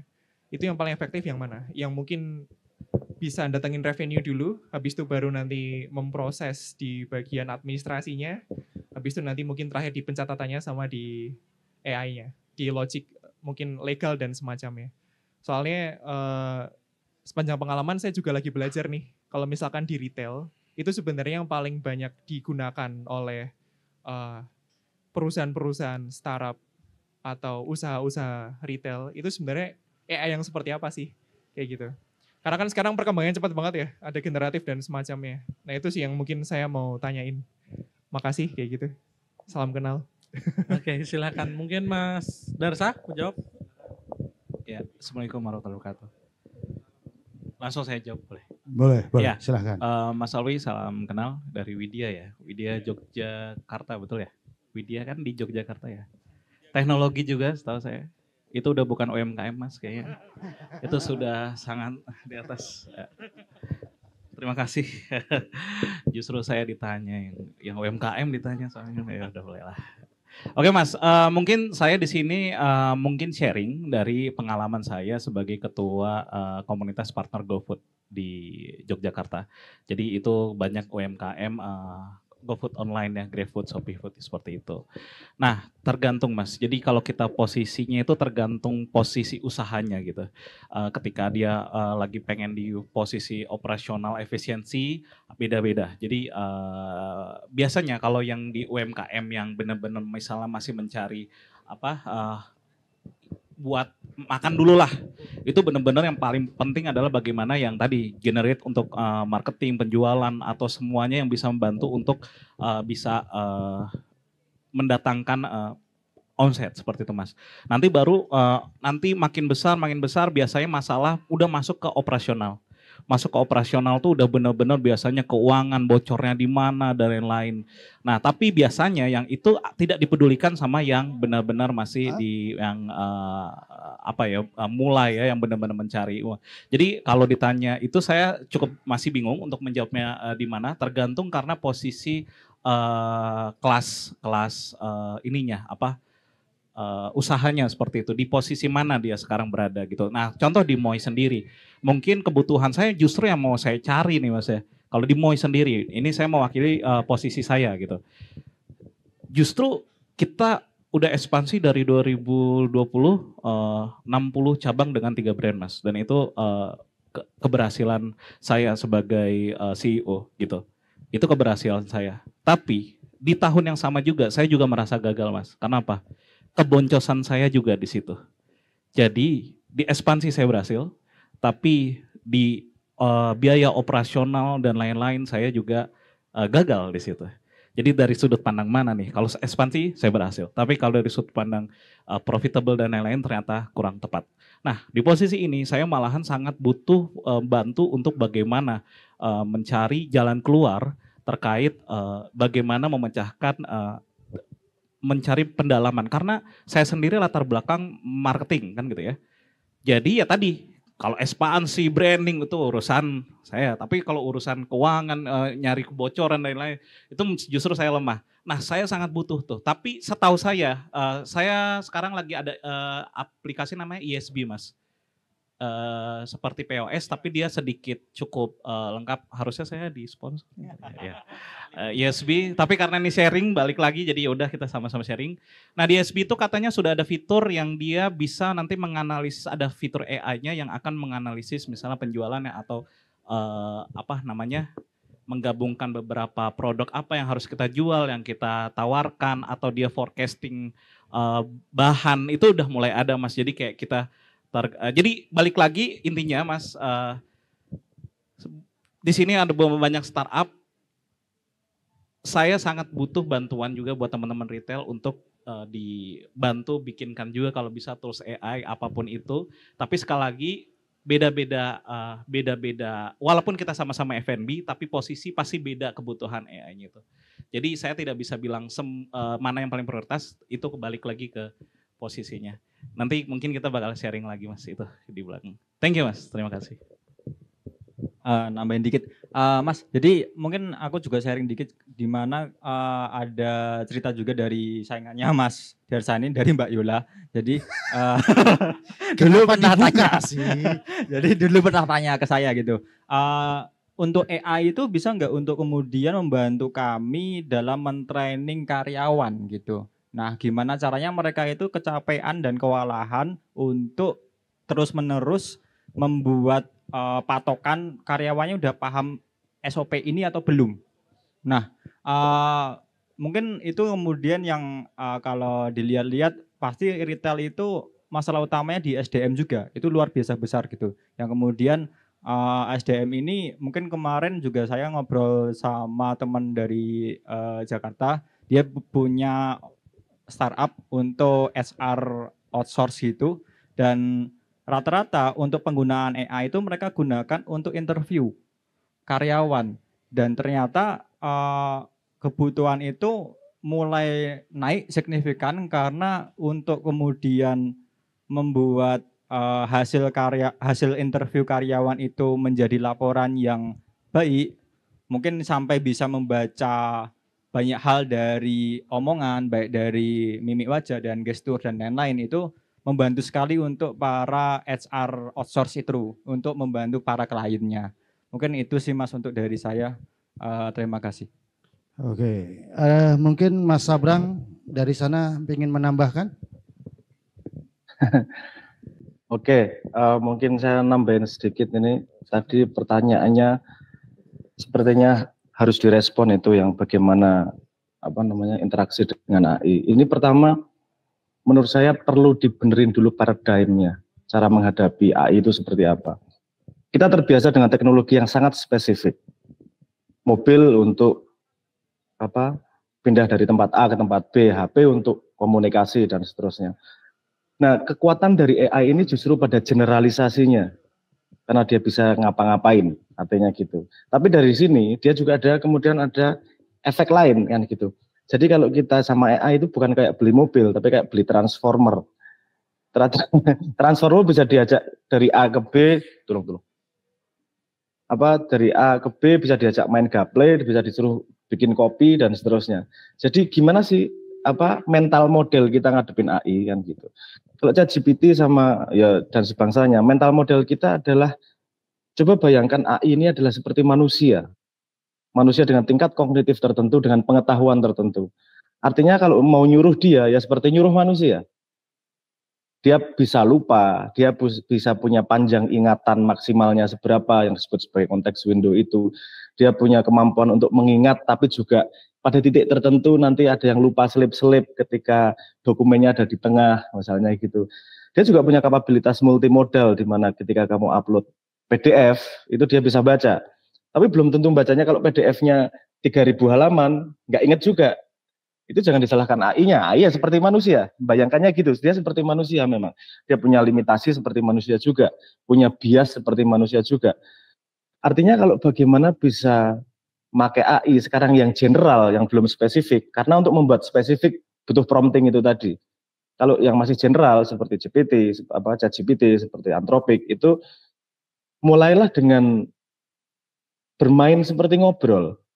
Ya bisa gini nggak sih, ini gini sih nggak sih, terus ngobrol lama-lama karena semakin kita kenal, kita semakin tahu tuh arah biasnya kemana, memorinya seberapa, dia bisa jauh inget nggak sih, coba Anda ngobrol setengah jam, nanti yang di awal-awal lupa tuh dia, nggak ingat bahwa kamu pernah membuat statement tertentu misalnya gitu. Nah ini makanya kenapa tadi saya mengatakan bahwa perlu familiarizing dengan AI, kenapa perlu berinteraksi dengan AI, agar kita tahu limitasinya itu seberapa sih. Dia bisa sangat efektif, tapi dia juga bukan malaikat yang kemudian tahu segalanya. Karena efek samping dari generalisasi adalah ketidakakuratan, kan gitu. Ini mungkin kalimat yang terlalu pendek ya saya katakan, tapi ada efek samping juga dari teknologi yang canggih ini juga yang bayangan kita harus benar untuk bisa menggunakannya. Misalnya gimana cara untuk tahu insight itu? Misalnya sekarang GPT yang gratis sudah GPT 4o ya, berarti itu sudah multimodal. Anda bikin PDF-nya, lemparin PDF-nya, tanyakan apa yang pengen Anda tanyakan dari situ. Coba dong lihat dong dari situ, kalau kira-kira ada kekurangan apa itu, kekurangan yang bisa kamu sampaikan, misalnya seperti itu. Atau di priming dulu, misalnya kamu paham nggak dokumen yang saya upload, menurutmu apa itu, misalnya gitu. Jadi memang ini interaksi seperti interaksi dua orang manusia. Itu yang membedakan AI general ini dengan teknologi yang sebelumnya. Justru karena general, makanya mental modelnya harus benar nih. Kalau misalnya gini nih, salah satu yang perlu saya warning, AI misalnya GPT itu sangat bodoh kalau untuk diajak ngitung-ngitungan. Dia sangat akurat untuk sangat kalah akurat sama kalkulator kalau untuk hitung-hitungan. Akar berapa, ini kali berapa, agak kompleks sedikit, pusing dia, dan kebanyakan salah itu. Makanya dia ada tambahan yang namanya function calling misalnya.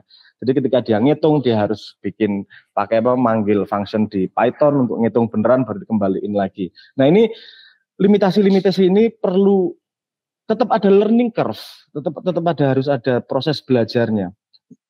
Jadi saya nggak bisa ngomong gimana makainya sebelum jenengan paham sendiri kenal dulu sama AI. Kalimat tak kenal maka tak sayang ini sangat berlaku pada teknologi ini.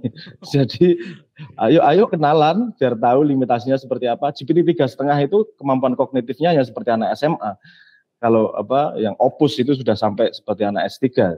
Bahkan dia salah satu sudah diberi kredit untuk salah satu jurnal misalnya gitu, karena tingkat kognitifnya memang bagus banget. Nah, tapi ketika saya nyambung pada pertanyaan kedua itu tadi, mana sih yang paling banyak dipakai Mohon maaf, ini pertanyaan yang agak salah dalam tanda petik. Karena AI sendiri dia tahu general knowledge, tapi sangat tidak tahu specific knowledge. Kalau Anda tanyain di Jogja gimana ya, dia pengetahuannya sangat limited. Apalagi kalau di bisnis saya misalnya gitu. Anda kalau urusannya dengan bisnis dan analitik pakai BI justru lebih efektif. Business intelligence. Sekarang banyak business intelligence yang dibantu oleh AI di belakangnya, dan AI-nya sudah dituning untuk menjadi supporter di business intelligence tersebut. Nah ini memang perlu ada learning curve untuk belajar dengan AI ini, terutama untuk teman-teman yang non teknis itu perlu ngobrol yang cukup ekstensif untuk bisa tahu limitasinya seperti apa. Tapi ketika sudah kenal, bayangkan Anda bisa nyuruh orang yang punya pengetahuan segitu banyak ngapain aja. Itu sangat valuable itu. Itu sangat-sangat bermanfaat. Dia bisa jadi advisor, dia bisa jadi nantang-nantangan, bahkan untuk yang penderita cacat tuna asmara bisa jadi virtual pacar juga bahkan misalnya gitu.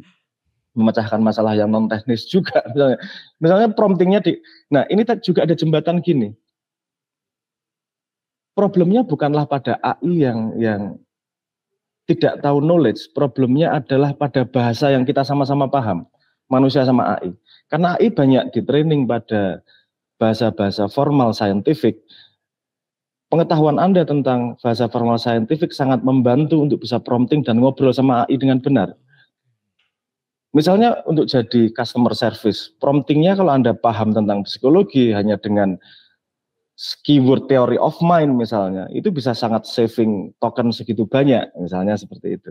Nah jadi AI ini juga bukan seperti malaikat yang kemudian bisa memecahkan semua masalah tanpa kita harus ngomong. Problem utamanya justru pada kemampuan kita untuk mengutarakan apa yang kita inginkan, memberikan konteks yang cukup spesifik untuk dia bisa olah, sehingga bisa memanfaatkan pengetahuan yang dia miliki. Kalau kita sendiri tidak mampu berkomunikasi, manfaat AI juga terbatas. Kalau Anda ngobrol sama anak kecil, Anda akan ngikut seperti anak kecil. Kalau Anda ngobrol sama anak SMA, ngikut seperti anak SMA. Bayangkan AI adalah seperti itu. Dia akan melihat Anda dan akan ngobrol menyesuaikan dengan apa yang Anda sampaikan. Maka mungkin perlu perlu diadakan follow up seminar untuk narasumbernya teman-teman Playboy agar ngajarin gimana komunikasi yang bagus dan komunikasi yang smooth untuk bisa kenal dengan AI lebih dalam. Usul liar ini. Oke, jadi emang perlu PDKT juga, maksudnya ngobrol saling kenal juga Mas ya dengan AI-nya ya.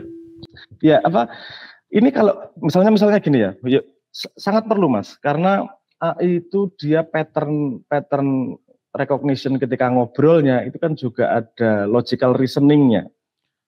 Itu kalau Anda sangat spesifik, Anda sangat dalam dengan pengetahuan logik, itu misalnya ada word hamburger misalnya, itu salah satu teknik untuk bohongin AI lah dalam tanda petik. Itu sangat bisa dibohongin dia. Itu tanya teman-teman yang senang bohongin ketika pacaran tuh, yang ngerayu bohongin orang. Itu AI juga bisa dibohongin seperti itu dalam tanda petik. Artinya kita benar-benar harus tahu limitasi. PDKT itu benar-benar harus tahu ini gimana sih sebenarnya, pinternya seberapa sih, saya kasih cognitive load seberapa sih. Ini misalnya ini di situ ada ahimsa itu, teman-teman yang sering riset sama saya di kantor itu, kita mempelajari betul bagaimana cognitive load-nya itu sampai seberapa sih. Karena di luar pengetahuan juga yang penting adalah kemampuan reasoning. Kemampuan untuk tidak hanya menjawab, tapi juga bisa menjelaskan kenapa jawabanmu seperti itu. Karena kadang-kadang justru pengetahuan datang dari itu, dari reasoning itu. Kita tidak hanya butuh jawaban, tapi butuh tahu why, kenapa jawabannya seperti itu. Justru itu yang paling valuable menurut saya. Artinya manusia juga tetap harus upgrade untuk bisa menggunakan AI secara maksimal, gitu menurut saya. Mas Abrang, mungkin tadi ada titipan pertanyaan dari teman-teman penasaran dengan aktivitas dan ininya Kitiran Foundation ya Mas, ya mungkin bisa di-share terus bisa bergabung atau apa gitu, kolaborasi, monggo Mas Abrang. Iya, Kitiran Foundation udah hampir setahun itu ya kita buat bareng-bareng bersama teman-teman termasuk Klik Hukum juga singkuyung di situ terutama untuk urusan AI aja agar kita aware. Karena belajar dari pengalaman bahwa kalau kita ketinggalan teknologi terlalu jauh, efeknya kita hanya jadi korban teknologi. Ini ada kesempatan untuk kita jadi bagian dari perkembangan teknologi, nggak hanya kena wave tapi riding the waves juga. Makanya inisiatif Kitiran dibuat dari level stack technical banget, dari bikin algoritma dan sampai bikin AI-nya, sampai yang pengennya ini masih kita bangun bareng-bareng. Karena saya juga tahu sendiri Mas, saya ke jadwalku ya kayak Kitiran mubeng-mubeng kayak gosokan ke kanan kiri gitu. Harapannya banyak kumpul teman-teman, yuk saling bantu, saling taruh di meja agar kita bareng-bareng siap ngadepin AI ini, memanfaatkan secara maksimal tapi juga waspada terhadap resikonya.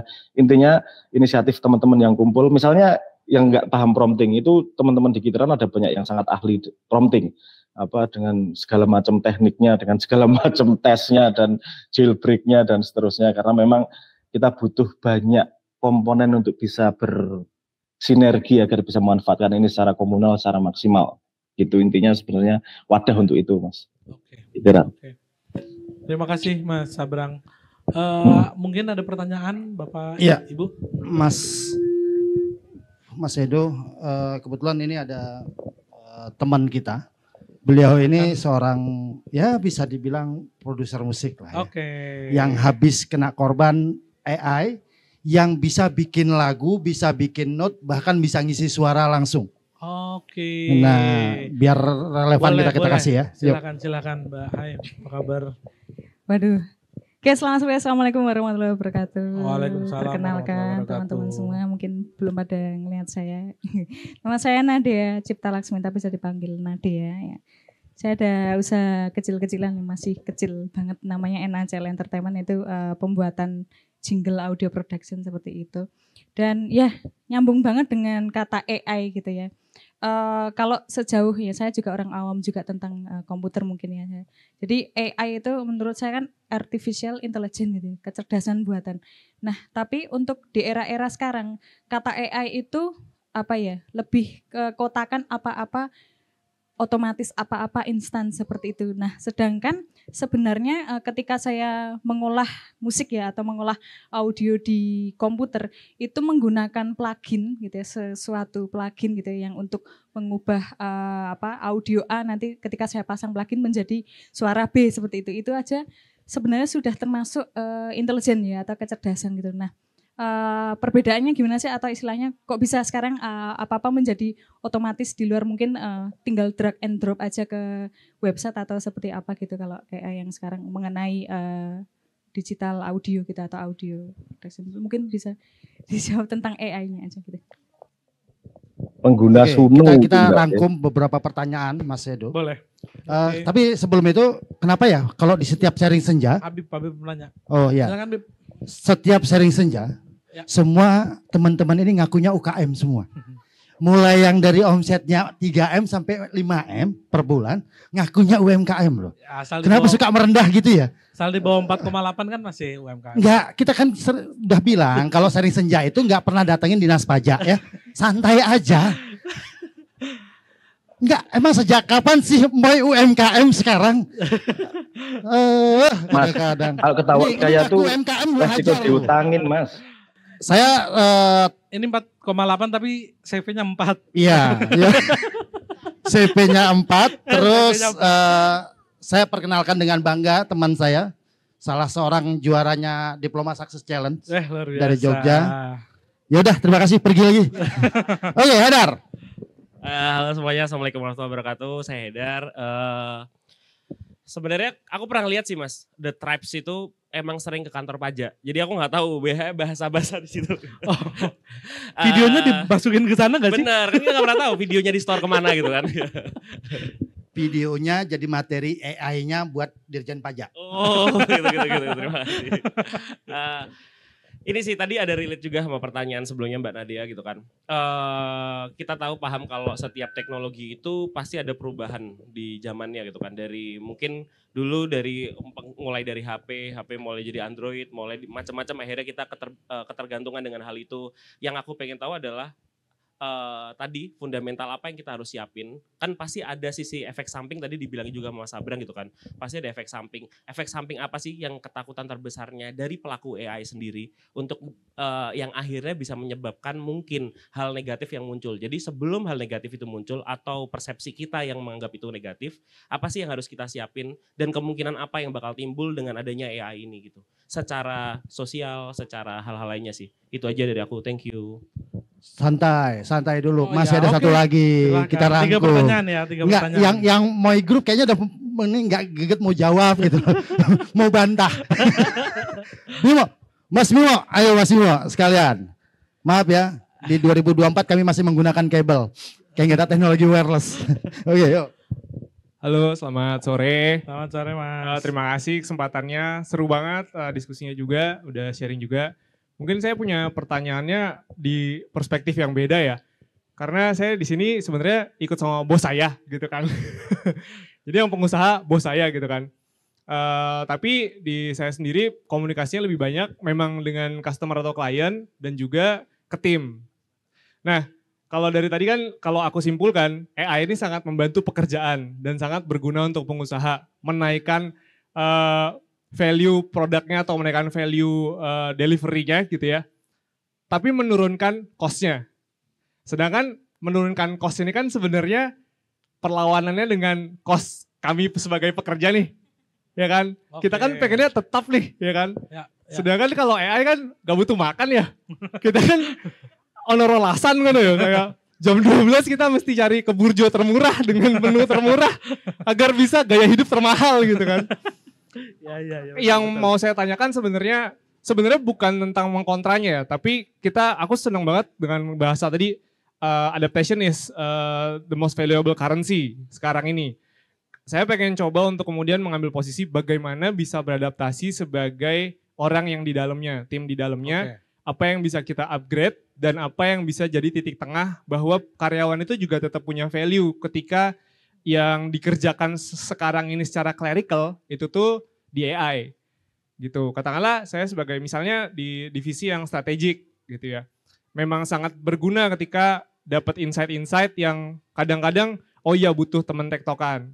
Tapi kalau boleh punya masukan, kira-kira apa yang bisa disampaikan ke tim agar bisa upgrade juga di kemudian hari menggunakan teknologi yang ada saat ini gitu. Oke. Terima kasih. Oke, terima kasih Mas. Oke, biar pengingatannya masih kencang, 3 dulu kita batasi karena masih ada 200 pertanyaan lagi. Oke. Tadi yang musik tadi ada request ke Mas Sabrang mungkin yang pertama tadi ya dari NHL ya. Iya. Monggo Mas Sabrang kalau mau yang nomor 2 dan nomor 3 sekalian nggak apa-apa. Terima kasih Mas. Yuk. Mohon maaf ini mungkin saya sesi terakhir ini saya harus gerak ke acara berikutnya. Baik, mohon maaf. Ini monggo disambung sama Ahim kena Arab Roske. Mana Ahim? Ahim di sini nanti bisa diwakilkan. Perbedaan antara AI dengan tadi itu tentang musik, kebetulan saya juga bergelut di dunia musik, yang nggak banyak lah. Apa namanya? Lagi-lagi ngakunya rendah semua. Yuk. Loh Mas, ini bukan urusan pajak, ini urusan potensi dimintain utang Mas. Jadi bedanya gini aja. Bedanya kalau programming itu outputnya deterministik. Jadi kita kalau programming itu bedanya dengan AI, program AI. Kalau kita programming program itu outputnya deterministik. Kita nyuruh dia mikir gini, outputnya nanti keluar. Tapi kalau AI itu kemampuannya adalah generalisasi. Jadi dia bisa memecahkan masalah yang belum pernah dia lihat sebelumnya. Kalau coding itu nggak bisa kayak gitu. Nah makanya dia dikasih sampling banyak untuk mengeneralkan masalah. Sehingga dia punya pola, dia bisa memecahkan masalah yang sebelumnya tidak bisa lihat, belum pernah dia lihat. Ini di generatif AI, efeknya adalah dia bisa membuat sesuatu yang belum pernah ditulis sebelumnya. Misalnya kalau tulisan, kalau musik, Suno misalnya, sekarang ya setengah mati itu, musisi terancam itu, Suno, Anda tinggal bikin liriknya, minta style musiknya seperti apa, dia akan mengeluarkan yang sama sekali baru, yang belum pernah ada sebelumnya. Nah itu hanya kemampuan seperti itu hanya bisa oleh AI, kemampuan kognitifnya.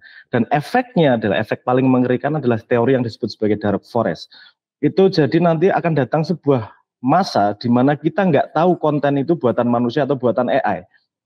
Padahal sebaru-barunya yang boleh dibuat AI itu tidak sama sekali baru. Dia mendapatkan hasil barunya, ini mau tidak mau masuk filsafat nih ya, filsafat ilmu ini. Hal yang baru yang dikeluarkan oleh AI adalah menggabungkan hal-hal yang tadinya sudah ada, tapi tidak bisa membuat hal yang sama sekali baru. Jadi dia mengawinkan hal yang sudah ada. Nah, itu kan lama-lama juga habis tuh. AI dimakan AI, ada kanibalisme, dan nanti ada dark forest teori. Kita nonton sosmed gitu, 80% dibuat AI, kita tidak akan bisa membedakan. Itu kalau di dunia IT sebetulnya sebagai Turing test, kita sudah tidak bisa membedakan itu dibuat oleh mesin atau dibuat manusia. Dan itu efeknya nanti mayoritas yang kita konsumsi adalah hal-hal lama, hal-hal yang tidak benar-benar baru dan tidak bisa menstimulasi manusianya kan gitu. Nah ini mungkin nyambung dengan pertanyaan yang ketiga. Apa yang perlu disiapkan? Resikonya memang gini, kemudian pekerja-pekerja yang melakukan hal yang repetitif akan digantikan oleh AI. Karena AI punya cost yang lebih rendah, dia punya kemampuan kognitif pada sampai tingkat tertentu. Tapi satu hal yang sampai sekarang AI tidak bisa lakukan adalah membuat inisiatif. Karena AI hanya bisa memproses hal-hal yang eksplisit, hal-hal implisit itu tidak bisa diproses sama dia. Kita harus mengeksplisitkan pada AI tersebut. Limited banget yang dia bisa implisit. Artinya kalau bagaimana anak-anak muda harus beradaptasi terhadap keadaan, harus diingat lagi fundamen kenapa Anda dibutuhkan bekerja pada sebuah perusahaan. Anda tidak lagi bersandar bekerja di perusahaan karena melakukan pekerjaan yang disuruh. Tapi yang dicari adalah manusia yang mampu berinisiatif. Kalau ada masalah, inisiatifnya gimana? Kalau ada kurang efektif, cara mengefektifkannya gimana? Kalau AI harus di prompting sedemikian rupa dengan konteks yang cukup spesifik itu untuk memecahkan masalah spesifik. Dan kalau Anda bergaul cukup lama dengan AI, kalau dia disuruh minta inisiatif, biasanya yang keluar adalah inisiatif yang normatif. Karena dia tidak cukup tahu konteks spesifik yang Anda miliki. Nah ini sebenarnya pintu bagaimana kita manusia bisa bertahan menghadapi AI. Karena AI sampai saat ini belum bisa berinisiatif dengan inisiatif yang original lah dalam tanda petik. Tapi saya juga tidak menjamin bahwa itu akan lama. Paling siap-siap sampai 2025 aja itu. 2025 ke atas akan AGI datang, ini peta berubah lagi. Ini speednya sangat tinggi ini 3 bulan aja udah perkembangannya luar biasa besar. Jadi artinya ayo adaptasi terus. Tadi pertanyaan kedua saya agak lupa ya. Tentang apa tadi kalau boleh saya diingatkan? Tadi resiko. Oh, resiko yang akan kita hadapi. Oke. Seperti semua teknologi yang datang, resikonya adalah banyak pekerjaan yang hilang. Indonesia resikonya berkali lipat karena kita masuk ke bonus demografi. Bonus demografi sehingga yang butuh pekerjaan semakin banyak dan yang lapangan pekerjaan semakin sedikit. Dan ini bukan akan terjadi, ini sudah terjadi. Saya baru baca jurnal tadi pagi, itu ada analisis tentang fresh graduate cari kerja yang semakin susah. Itu penanda bahwa ekonomi melemah atau memang lapangannya sudah berubah. Karena kalau fresh graduate cari pekerjaan susah, artinya perusahaan-perusahaan yang butuh talent, dia lebih memilih pekerja-pekerja yang sudah punya pengalaman. Nah, ini menunjukkan indikasi bahwa memang lapangan pekerjaan bisa semakin menipis ini. Tapi ini nggak mudah prediksinya, karena biasanya pekerjaan konvensional menghilang, tapi muncul pekerjaan-pekerjaan baru. Nah, yang bisa saya condro, yang bisa saya prediksikan adalah pekerjaan-pekerjaan barunya membutuhkan kapasitas kognitif dan pengetahuan yang jauh lebih tinggi dari sebelumnya. Karena pengetahuan yang standar dan kemampuan yang standar sudah hampir semua bisa digantikan oleh AI. Ini salah satu perusahaan yang paling ekstrim di dunia menggunakan AI itu dia bisa mengefisiensi perusahaannya sampai 91%. Artinya pekerjaannya dihabisin sampai 91%, cost production-nya sisa tinggal 9%, running-nya lebih baik daripada sebelumnya. Nah, ini perlu kita awasi ke depannya seperti apa. Tapi ada juga pekerjaan-pekerjaan yang memang tidak mungkin hilang, tidak akan hilang. Itu pekerjaan-pekerjaan yang membangun experience, yang memberikan experience. Mungkin F&B salah satu yang safe karena makan itu nikmatnya makan tidak bisa digantikan dengan AI. Artinya itu experience yang berbeda. Industri wisata, industri-industri yang menyediakan experience itu relatively safe kecuali urusan film sama musik. Jadi ya, mari kita lihat ke depan. Kita kalau sengsara bareng atau mau gimana, ayo kita adaptif bareng. Mohon maaf. Tapi yang bisa saya respon seperti itu. Oke. Kami bareng-bareng mengucapkan terima kasih. Terima kasih banyak, Mas Abram. Terima kasih atas waktunya, luar biasa. Masih ada mau ditambah dari narasumbernya? Dari Mas Darsa. Ya, sebentar Mas, Dinas Pajak lagi mau parkir sebentar. Oke, saya berdiri aja lah, lebih enak, lebih santai. Karena ada 3 pertanyaan dan mirip semua, mirip banget pertanyaannya. Mungkin saya coba sharing pengalaman saya di, kebetulan kan kuliah saya di bidang IT, jadi mungkin ada ngomongin tentang praktisi di F&B, tapi juga pengalaman di IT. Nah, kalau tadi dibilang sebenarnya nanti masalahnya bakal yang paling bahaya itu seperti apa? Yang pernah dibilang Alan Turing, benar, Alan Turing test, di mana AI, di mana Masyasa ini ternyata AI. Kalau sudah Masyasa ini AI, itu di mana titik terparahnya AI. Jadi benar-benar sudah kita tidak bisa melihat Masyasa ini Masyasa atau sebenarnya udah robot AI. Kalau udah benar-benar Masyasa ini AI, di situ yang paling problems. Tapi teman-teman, AI itu juga jadi butuh biaya. Nah, AI itu butuh biaya. Mungkin implementasi AI di luar negeri, kemarin saya sempat ada tuntutan kerjaan Mas suruh berangkat ke sana ya. Nah, jadi di sana mungkin AI lebih bakal diimplementasi. Karena apa? Karena UMK-nya aja per bulan itu sekitar 70 jutaan per orang. Jadi biaya AI itu worth it nggak untuk digantikan pivot nih yang tadinya people jadi teknologi gitu. Selama biaya AI atau teknologi itu lebih mahal dari people, menurut saya belum waktunya akan digantikan. Tapi kan kita nggak tahu kapan sih Masyasa ini benar-benar AI, di tahun berapa orang seperti Masyasa ini AI. Kalau mungkin di tahun 2080 berarti masih ada waktu. Tapi kalau udah di tahun 2040 berarti tinggal sisa berapa tahun. Nah ini yang kita nggak tahu. Nah di sini aku akan sharing beberapa. Betul yang tadi Mas Abrang bilang, AI itu sendiri hanya membantu beberapa hal yang sebenarnya sudah bisa bahasanya tuh didekati untuk pola berpikir manusia. Tapi ada hal-hal yang belum bisa digantikan. Misalnya motion tadi ya, motion tuh gerakan badan, semua itu belum bisa digantikan gitu. Kalaupun ada, mungkin yang benar-benar spesifik ya geraknya benar-benar terukur gitu. Tapi ada juga sentuhan-sentuhan tadi yang Mas Abrang bilang adalah experience. Nah, aku coba mungkin sedikit sharing, tapi ini jadi pendekatan aja Mas, bukan jadi ngajarin atau contoh. Misalnya contoh, teman-teman mungkin pernah ada yang beli salad moy dan hola jus, mungkin ada yang pernah, ada yang pernah dapat surat dari, tulisannya kayak gimana Mbak? Tulisan manusia nggak? Mungkin itu yang nulis saya sendiri gitu kan. Padahal AI. Nah, jadi maksudnya kayak gimana? Idenya, teksnya itu AI. Tapi gimana yang dirasakan orang itu harus tetap rasa manusia. Jadi selama belum bisa menggantikan rasa manusia, itu masih ada celah gitu. Jadi tenang aja, selama belum benar AI ini jadinya Masyasa kayak gini, berarti masih ada celah gitu teman-teman. Jadi maksudku, surat itu bukan berarti AI. Jadi idenya, promptnya itu AI. Tapi dikombinasikan gimana ya biar terasa jadi sentuhan manusia khusus.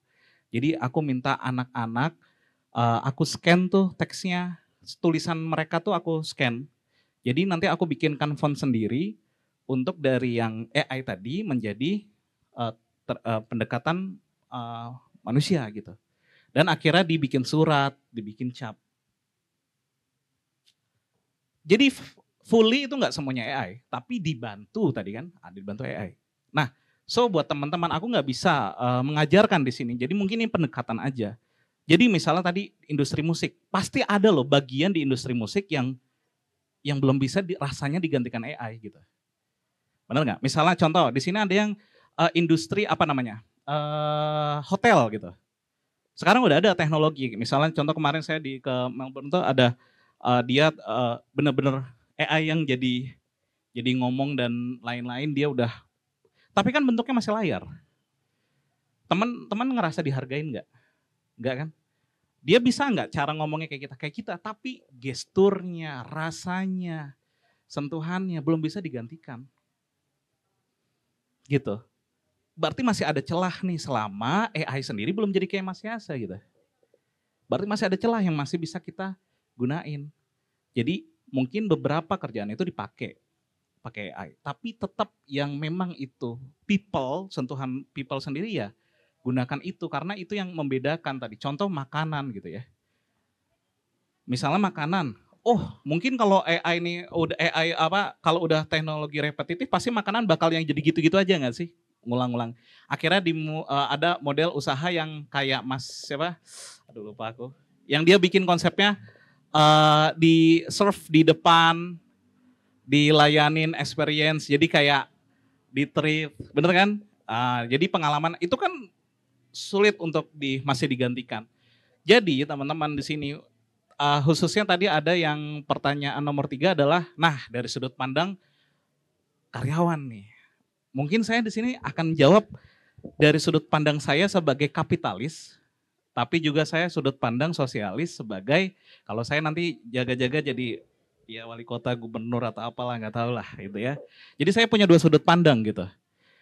Kalau saya sebagai CEO, Mas, tadi Mas siapa namanya nanya? Bimo ya. Kalau saya sebagai CEO, saya lebih pengen dari 200 karyawan misalnya, saya jadi 50 karyawan Mas. Gajinya naik 3 kali lipat. Saya nggak peduli ini manusia hidup atau gimana, saya nggak peduli. Benar? Kapitalis. Saya nggak peduli manusia di Indonesia ada 250 juta orang, harus nggak peduli. Karena apa tugas saya sebagai CEO? Profit. Saya nggak peduli jumlah manusia di sini Mas. Gitu. Yang saya lihat adalah jumlah budget dan uang gitu kan. Tapi saya sendiri punya nurani. Pendekatan dari sisi tadi, sosial juga. Kita punya 250 juta orang nih di Indonesia, ya nggak sih? Tapi semuanya pengen naik UMK terus nih, betul? UMK naik terus. Kalau bisa 15, 20. Setiap teman-teman naik 15, 20, terus sampai 50 juta gitu ya. Berarti makin banyak yang nggak dapat pekerjaan. Jadi mungkin sekarang yang kerjaannya 50%, berarti kalau UMK-nya naik terus tapi ekonomi nggak meningkat, berarti jatah yang dapat kerja cuma 20%. Makin banyak yang nganggur. Gitu. Tapi kalau dari sudut pandang saya CEO, ya saya pengennya gitu tadi. Kalau bisa cuman yang kerja dari 200 cuman jadi 10, tapi gajinya 5 kali lipat, saya kayak gitu Mas. Jadi Mas kalau ngomong sama saya sebagai CEO, ya saya nggak peduli secara sosial gitu ya. Tapi kalau dari sudut pandang sosial, benar. Gimana ya ini jalan keluarnya? Karena di satu sisi kita harus banyak people nih sini. Otomatis harus pemerataan gitu. Mungkin saya di sini sharing juga teman-teman, Mas Bimo, Moy itu ketika buka lowongan kerja di Surabaya dan di Jakarta, UMK-nya berapa di sana? Sekitar 4 juta, betul ya? Sekitar 4 juta. Tapi sekali saya buka, padahal jabatan cuma kru Mas, itu yang daftar sekitar dalam seminggu tuh 560 orang. Di Yogyakarta, yang UMK-nya katanya kecil, atau di Solo, yang katanya mungkin biaya hidup yang lebih kecil dari Jogja ya betul ya. Itu ketika saya buka lowongan, yang daftar nggak lebih dari 30. Padahal UMK lebih kecil. Berarti menandakan apa? Dengan UMK kecil, pemerataan malahan terjadi. Banyak yang dapat lapangan kerja dan banyak yang orang punya bikin usaha berani lebih banyak bikin usaha. Jadi nyerap jadi lebih rata. Otomatis ketika mau buka di Solo dan buka lowongan, itu yang daftar lebih dikit. Karena lebih dapat. Nah, tapi kalau kita dari sudut pandang manusia sendiri ya, ego, pasti kan pengennya gede dong. Tapi kalau kita ngelihat dari sudut pandang helikopter view, ya kita pengen semua orang ini dapat rezeki gitu. Tapi kalau teman-teman sendiri yang rezekinya 100 juta per bulan, berarti harus ada yang rezekinya cuma 1 juta atau mungkin cuma 200.000 per bulan. Kan kayak gitu. Nah itu sudut pandang sosial. Itu mungkin kita nanti beda topik. Tapi sekali lagi Mas, dari sudut pandang saya CEO, berarti tugas Mas adalah dari 200 orang, kalau saya siap menggantikan itu untuk menjadi 200 orang jadi naik gaji misalnya 3 kali lipat, tapi jadi cuma 30 orang, Mas harus masuk di bagian itu dan Mas harus beda dari itu. Jadi belajarlah untuk ya tidak digantikan sama sesuatu yang AI yang bisa punya sentuhan lain. Banyak sentuhan yang nggak bisa digantikan AI. Kepemimpinan, gerak, inisiatif, ngelit dan lain-lain itu nggak bisa digantikan AI. Thank you, terima kasih. Assalamualaikum warahmatullahi wabarakatuh. Oke, nanti ditambahin lagi Mas Edo. Ini ada teman senior yang sebaya sama saya. Sebaya. Beda tipis kami. Pengen nyampein juga sesuatu, pengen bertanya juga ke teman-teman. Nanti kalau yang tadi Mas Bimo belum terjawab, silakan Mas apply ke Moy Group. Ya, oke, yuk. Silakan. Terima kasih. Salam kenal teman-teman. Saya Teddy dari industri kosmetik.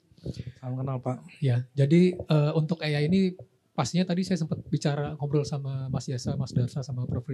Ridi tadi.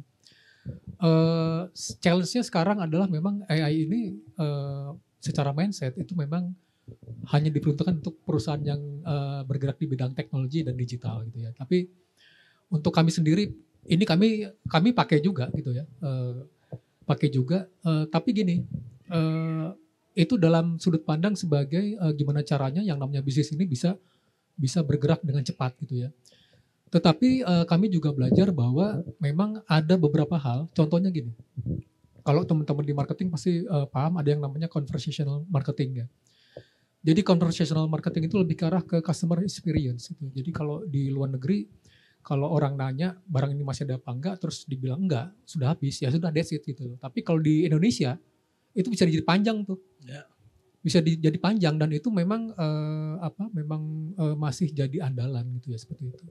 Walaupun untuk tadi saya bilang karena kalau bisnis itu perlunya adalah sustain. Jadi contoh untuk pengaturan arrangement untuk cost segala macam memang harus dibantu. Cuma memang challenge-nya sekarang adalah kalau ini targetnya adalah untuk membantu UMKM. Jadi tadi kita diskusi bahwa UMKM ini kan memang secara orang-orang di balik itu kan punya pemahaman yang berbeda-beda gitu ya. Jadi gimana caranya supaya yang namanya AI ini itu bisa dipahami secara kontekstual gitu ya seperti itu. Tadi juga bicara masalah prompt engineering gitu ya. Ini juga jadi tantangan juga gitu ya seperti itu. Jadi itu sharing sedikit dari saya. Mungkin next time bisa diskusi lebih lanjut. Terima kasih banyak. Kayaknya dari wacana ini sih sebenarnya seri senjata harusnya diperpanjang waktunya. Ya. Iya. Jadi, tapi emang serunya abis ini ngobrol-ngobrol bareng itu sih, diskusi informalnya. Ya. Nah, kita nanti boleh diinfoin kira-kira nextnya isu-isu apa. Betul. Untuk menjawab betul. tadi, Betul. saya minta yang gelarnya paling panjang. Oh iya, yang gak dituliskan paling panjang ya. Yang di last minute mau di post minta gelarnya ditutup. Oke, Mbak Novi, silakan Mbak Novi. Silakan Mbak Novi.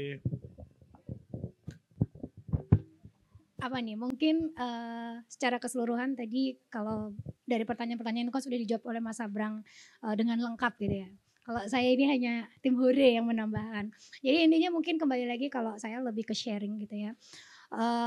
Saya sangat sepakat dengan Mas Darsa kalau sebagai seorang CEO kita mah pengennya kalau bisa gawainya itu sedikit gitu, tetapi kinerjanya benar-benar efektif dan efisien. Nah, tetapi kembali lagi bahwa saya pikir kita juga tetap harus beradaptasi ya dengan yang namanya teknologi gitu kan. Nah, jadi mungkin ini sedikit sharing aja pengalaman kalau di perusahaan saya gitu. Kebetulan kan Klik Hukum itu sendiri base-nya adalah media informasi, di mana bahwa salah satu outputnya atau yang terlihat itu adalah artikel gitu.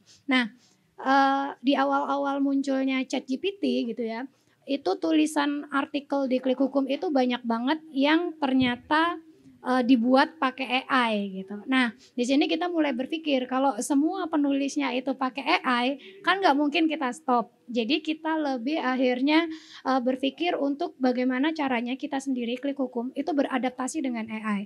Yang pertama yang kita lakukan adalah justru kita mengizinkan teman-teman penulis pakai AI, tapi dengan syarat bahwa sebenarnya hasil komunikasi dengan AI itu lebih digunakan sebagai trigger aja gitu. Jadi artinya apa?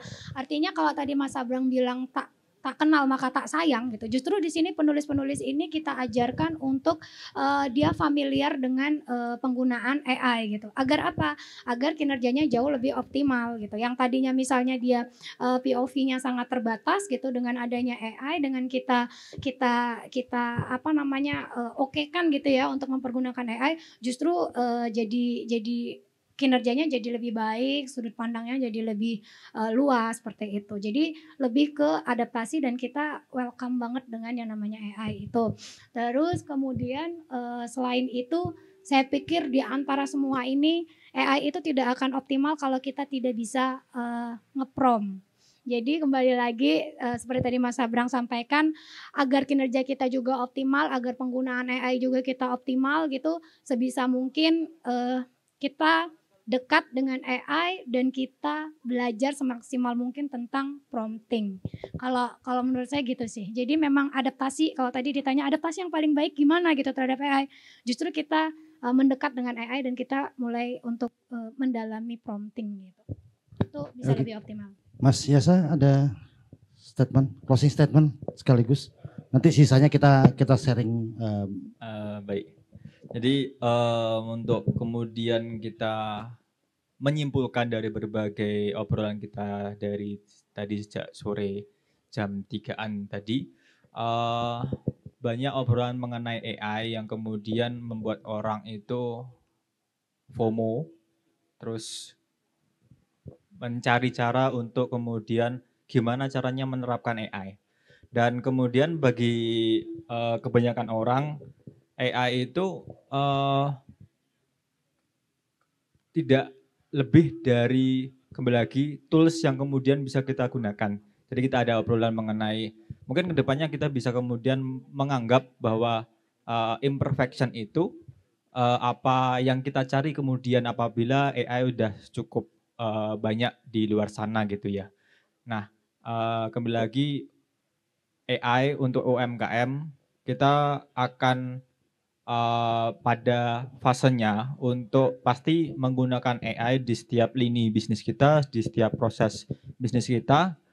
Tapi kembali lagi jangan lupa bahwa AI itu hanya akan merespon pada apa yang kita berikan. Inputnya yaitu prompting atau kemudian dalam bentuk apa yang kemudian bentuk mungkin dikembangkan dalam sebuah aplikasi dan lain-lain, tapi pada dasarnya mereka akan hanya merespon apa yang kita inputkan gitu. Nah untuk kemudian udah mungkin jadi tidak akan ada banyak hal yang perlu kita khawatirkan apabila kita terus kemudian mencari tahu, update banyak hal tentang AI ini, teknologi pada dasarnya. HP pun juga kita dulu cukup agak gaptek untuk kemudian pindah ke smartphone yang awalnya dulu mungkin BlackBerry gitu ya. Mungkin gitu aja. Terima kasih. Kembali lagi. Satu lagi perlu dikasih kesempatan untuk closing statement nggak? Silakan closing statement dari Pak Darsa.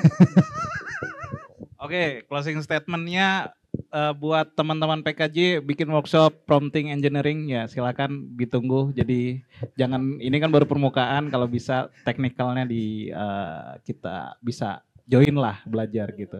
Thank you. Siap. Oke. Oke, karena udah ada permintaan itu, sudah ada permintaan itu tadi. Permintaan. Aku panggil orang Kitiran. Kapan kita mau mulai? Mana Kitiran? Ayo dari teman-teman Kitiran. Boleh dari Kitiran. Oke. Silakan Mas. Ini Mas ya, tolong ya, Mas ya. Tolong dipahamin ini Mas. Ya. Iya. Oke, makasih untuk kesempatannya sebentar. Ini cuma follow up aja titipan dari Mas Abrang juga. Jadi kalau dari Kitiran sendiri kan dari tadi bahas salah satu barrier masuk AI itu tuh prompt engineering ya, dari tadi diangkat berapa kali. Nah dari Kitiran sendiri sesuai dengan diskusi yang Sabrang, aku juga udah kita dari tim Kitiran dan DF Labs dan beberapa mitra-mitra itu juga udah mendalami itu 2 tahun terakhir dan eksperimen banyak lah. Nah kita pengen sharing gitu, jadi harapan kita mungkin untuk sekalian follow up yang tadi ya, banyak yang minta untuk belajar prompt engineering gitu. Dari kita dari Kitiran itu ada workshop prompt engineering tanggal 11 besok ini tuh bersama Telkom Indigo, bersama Klik Hukum, bersama rekan-rekan kita yang lain gitu. Jadi kalau mau lihat update-update di Instagram Kitiran aja bisa sih. Enggak loh. Yang besok ini berbayar nggak sih? Wah. Tolonglah. Adalah spesial dikit lah. Bisa ini, kali Ini yang ini free nih, kita pengen share. Free. Kita pengen. Kapan? Tanggal 11 Selasa. 11 Juni. 11 Juni. Oke, bukan 11 besok ya. Besok nggak ada bulannya. Juni yang ada. 11 Juni besok. Jam? Gitu.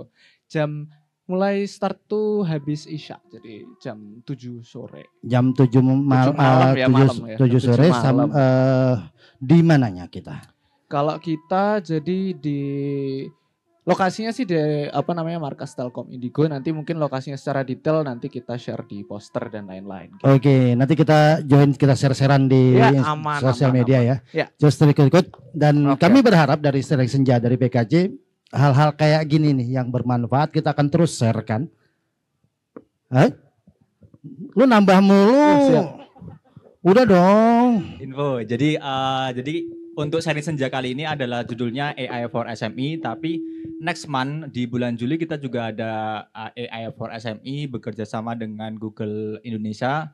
Terus ada teman-teman startup lain seperti Mekari, terus Maju dan lain-lain akan datang juga di sini bersama kita dari pengusaha Kreatif Jaya dengan topik yang masih sama AI for SME, tapi kemudian kita akan bahas lebih mendalam dan mendatangkan teman-teman startup yang lebih mengerti penerapan AI untuk SME lebih lanjutnya gitu. Mungkin info, sekedar info. Nggak mau kalah berarti dari Widya nggak boleh datang kan? Udah pro jadi pembicara. Enggak, tergantung. Cipin nggak? Cipin sih. Tapi sih Moy yang jelas Moy nggak diundang lagi ya. Nggak cipin sih. Sama mungkin satu lagi besok tanggal 15 Juni ada event kita co-running dengan Lestari dari Pijar Foundation bersama pengusaha Kreatif Jaya. Jadi beberapa event mungkin bisa stay tune di Instagram pengusaha Kreatif Jaya. Yes. Itu. Terima kasih. Kelihatan. Mau nambah lagi? Kitiran? Oke, kalau nambah ke kasir ya Mas ya, tolong. Oke. Ya ini satu gambaran teman-teman, gimana kalau teman-teman bisa join bareng, berekosistem bareng bersama PKJ. Kita tidak akan henti-hentinya terus share kemanfaatan, kebaikan di dalamnya. Terutama ya ini kata-kata bijak dari ketua kami Habib Haidar. Boleh ditutup dengan doa Pak ya, tolong. Sekarang sholat maghrib. Haidar. Sesantai ini orangnya. Memang nggak berakhlak. Assalamualaikum warahmatullahi wabarakatuh lagi teman-teman. Sebelumnya kita saya sendiri dan teman-teman dan PKJ juga terima kasih banget untuk udah ada acara Sharing Senja ini. Makasih buat Mas Darsa, Mas Yesa, Mbak Novi dan Mas Abdang dan tim dan lain-lain. Dan dari The Tribes dan Mas Edo gitu kan. Dan teman-teman lokasi juga dari Mosu gitu kan. Terima kasih.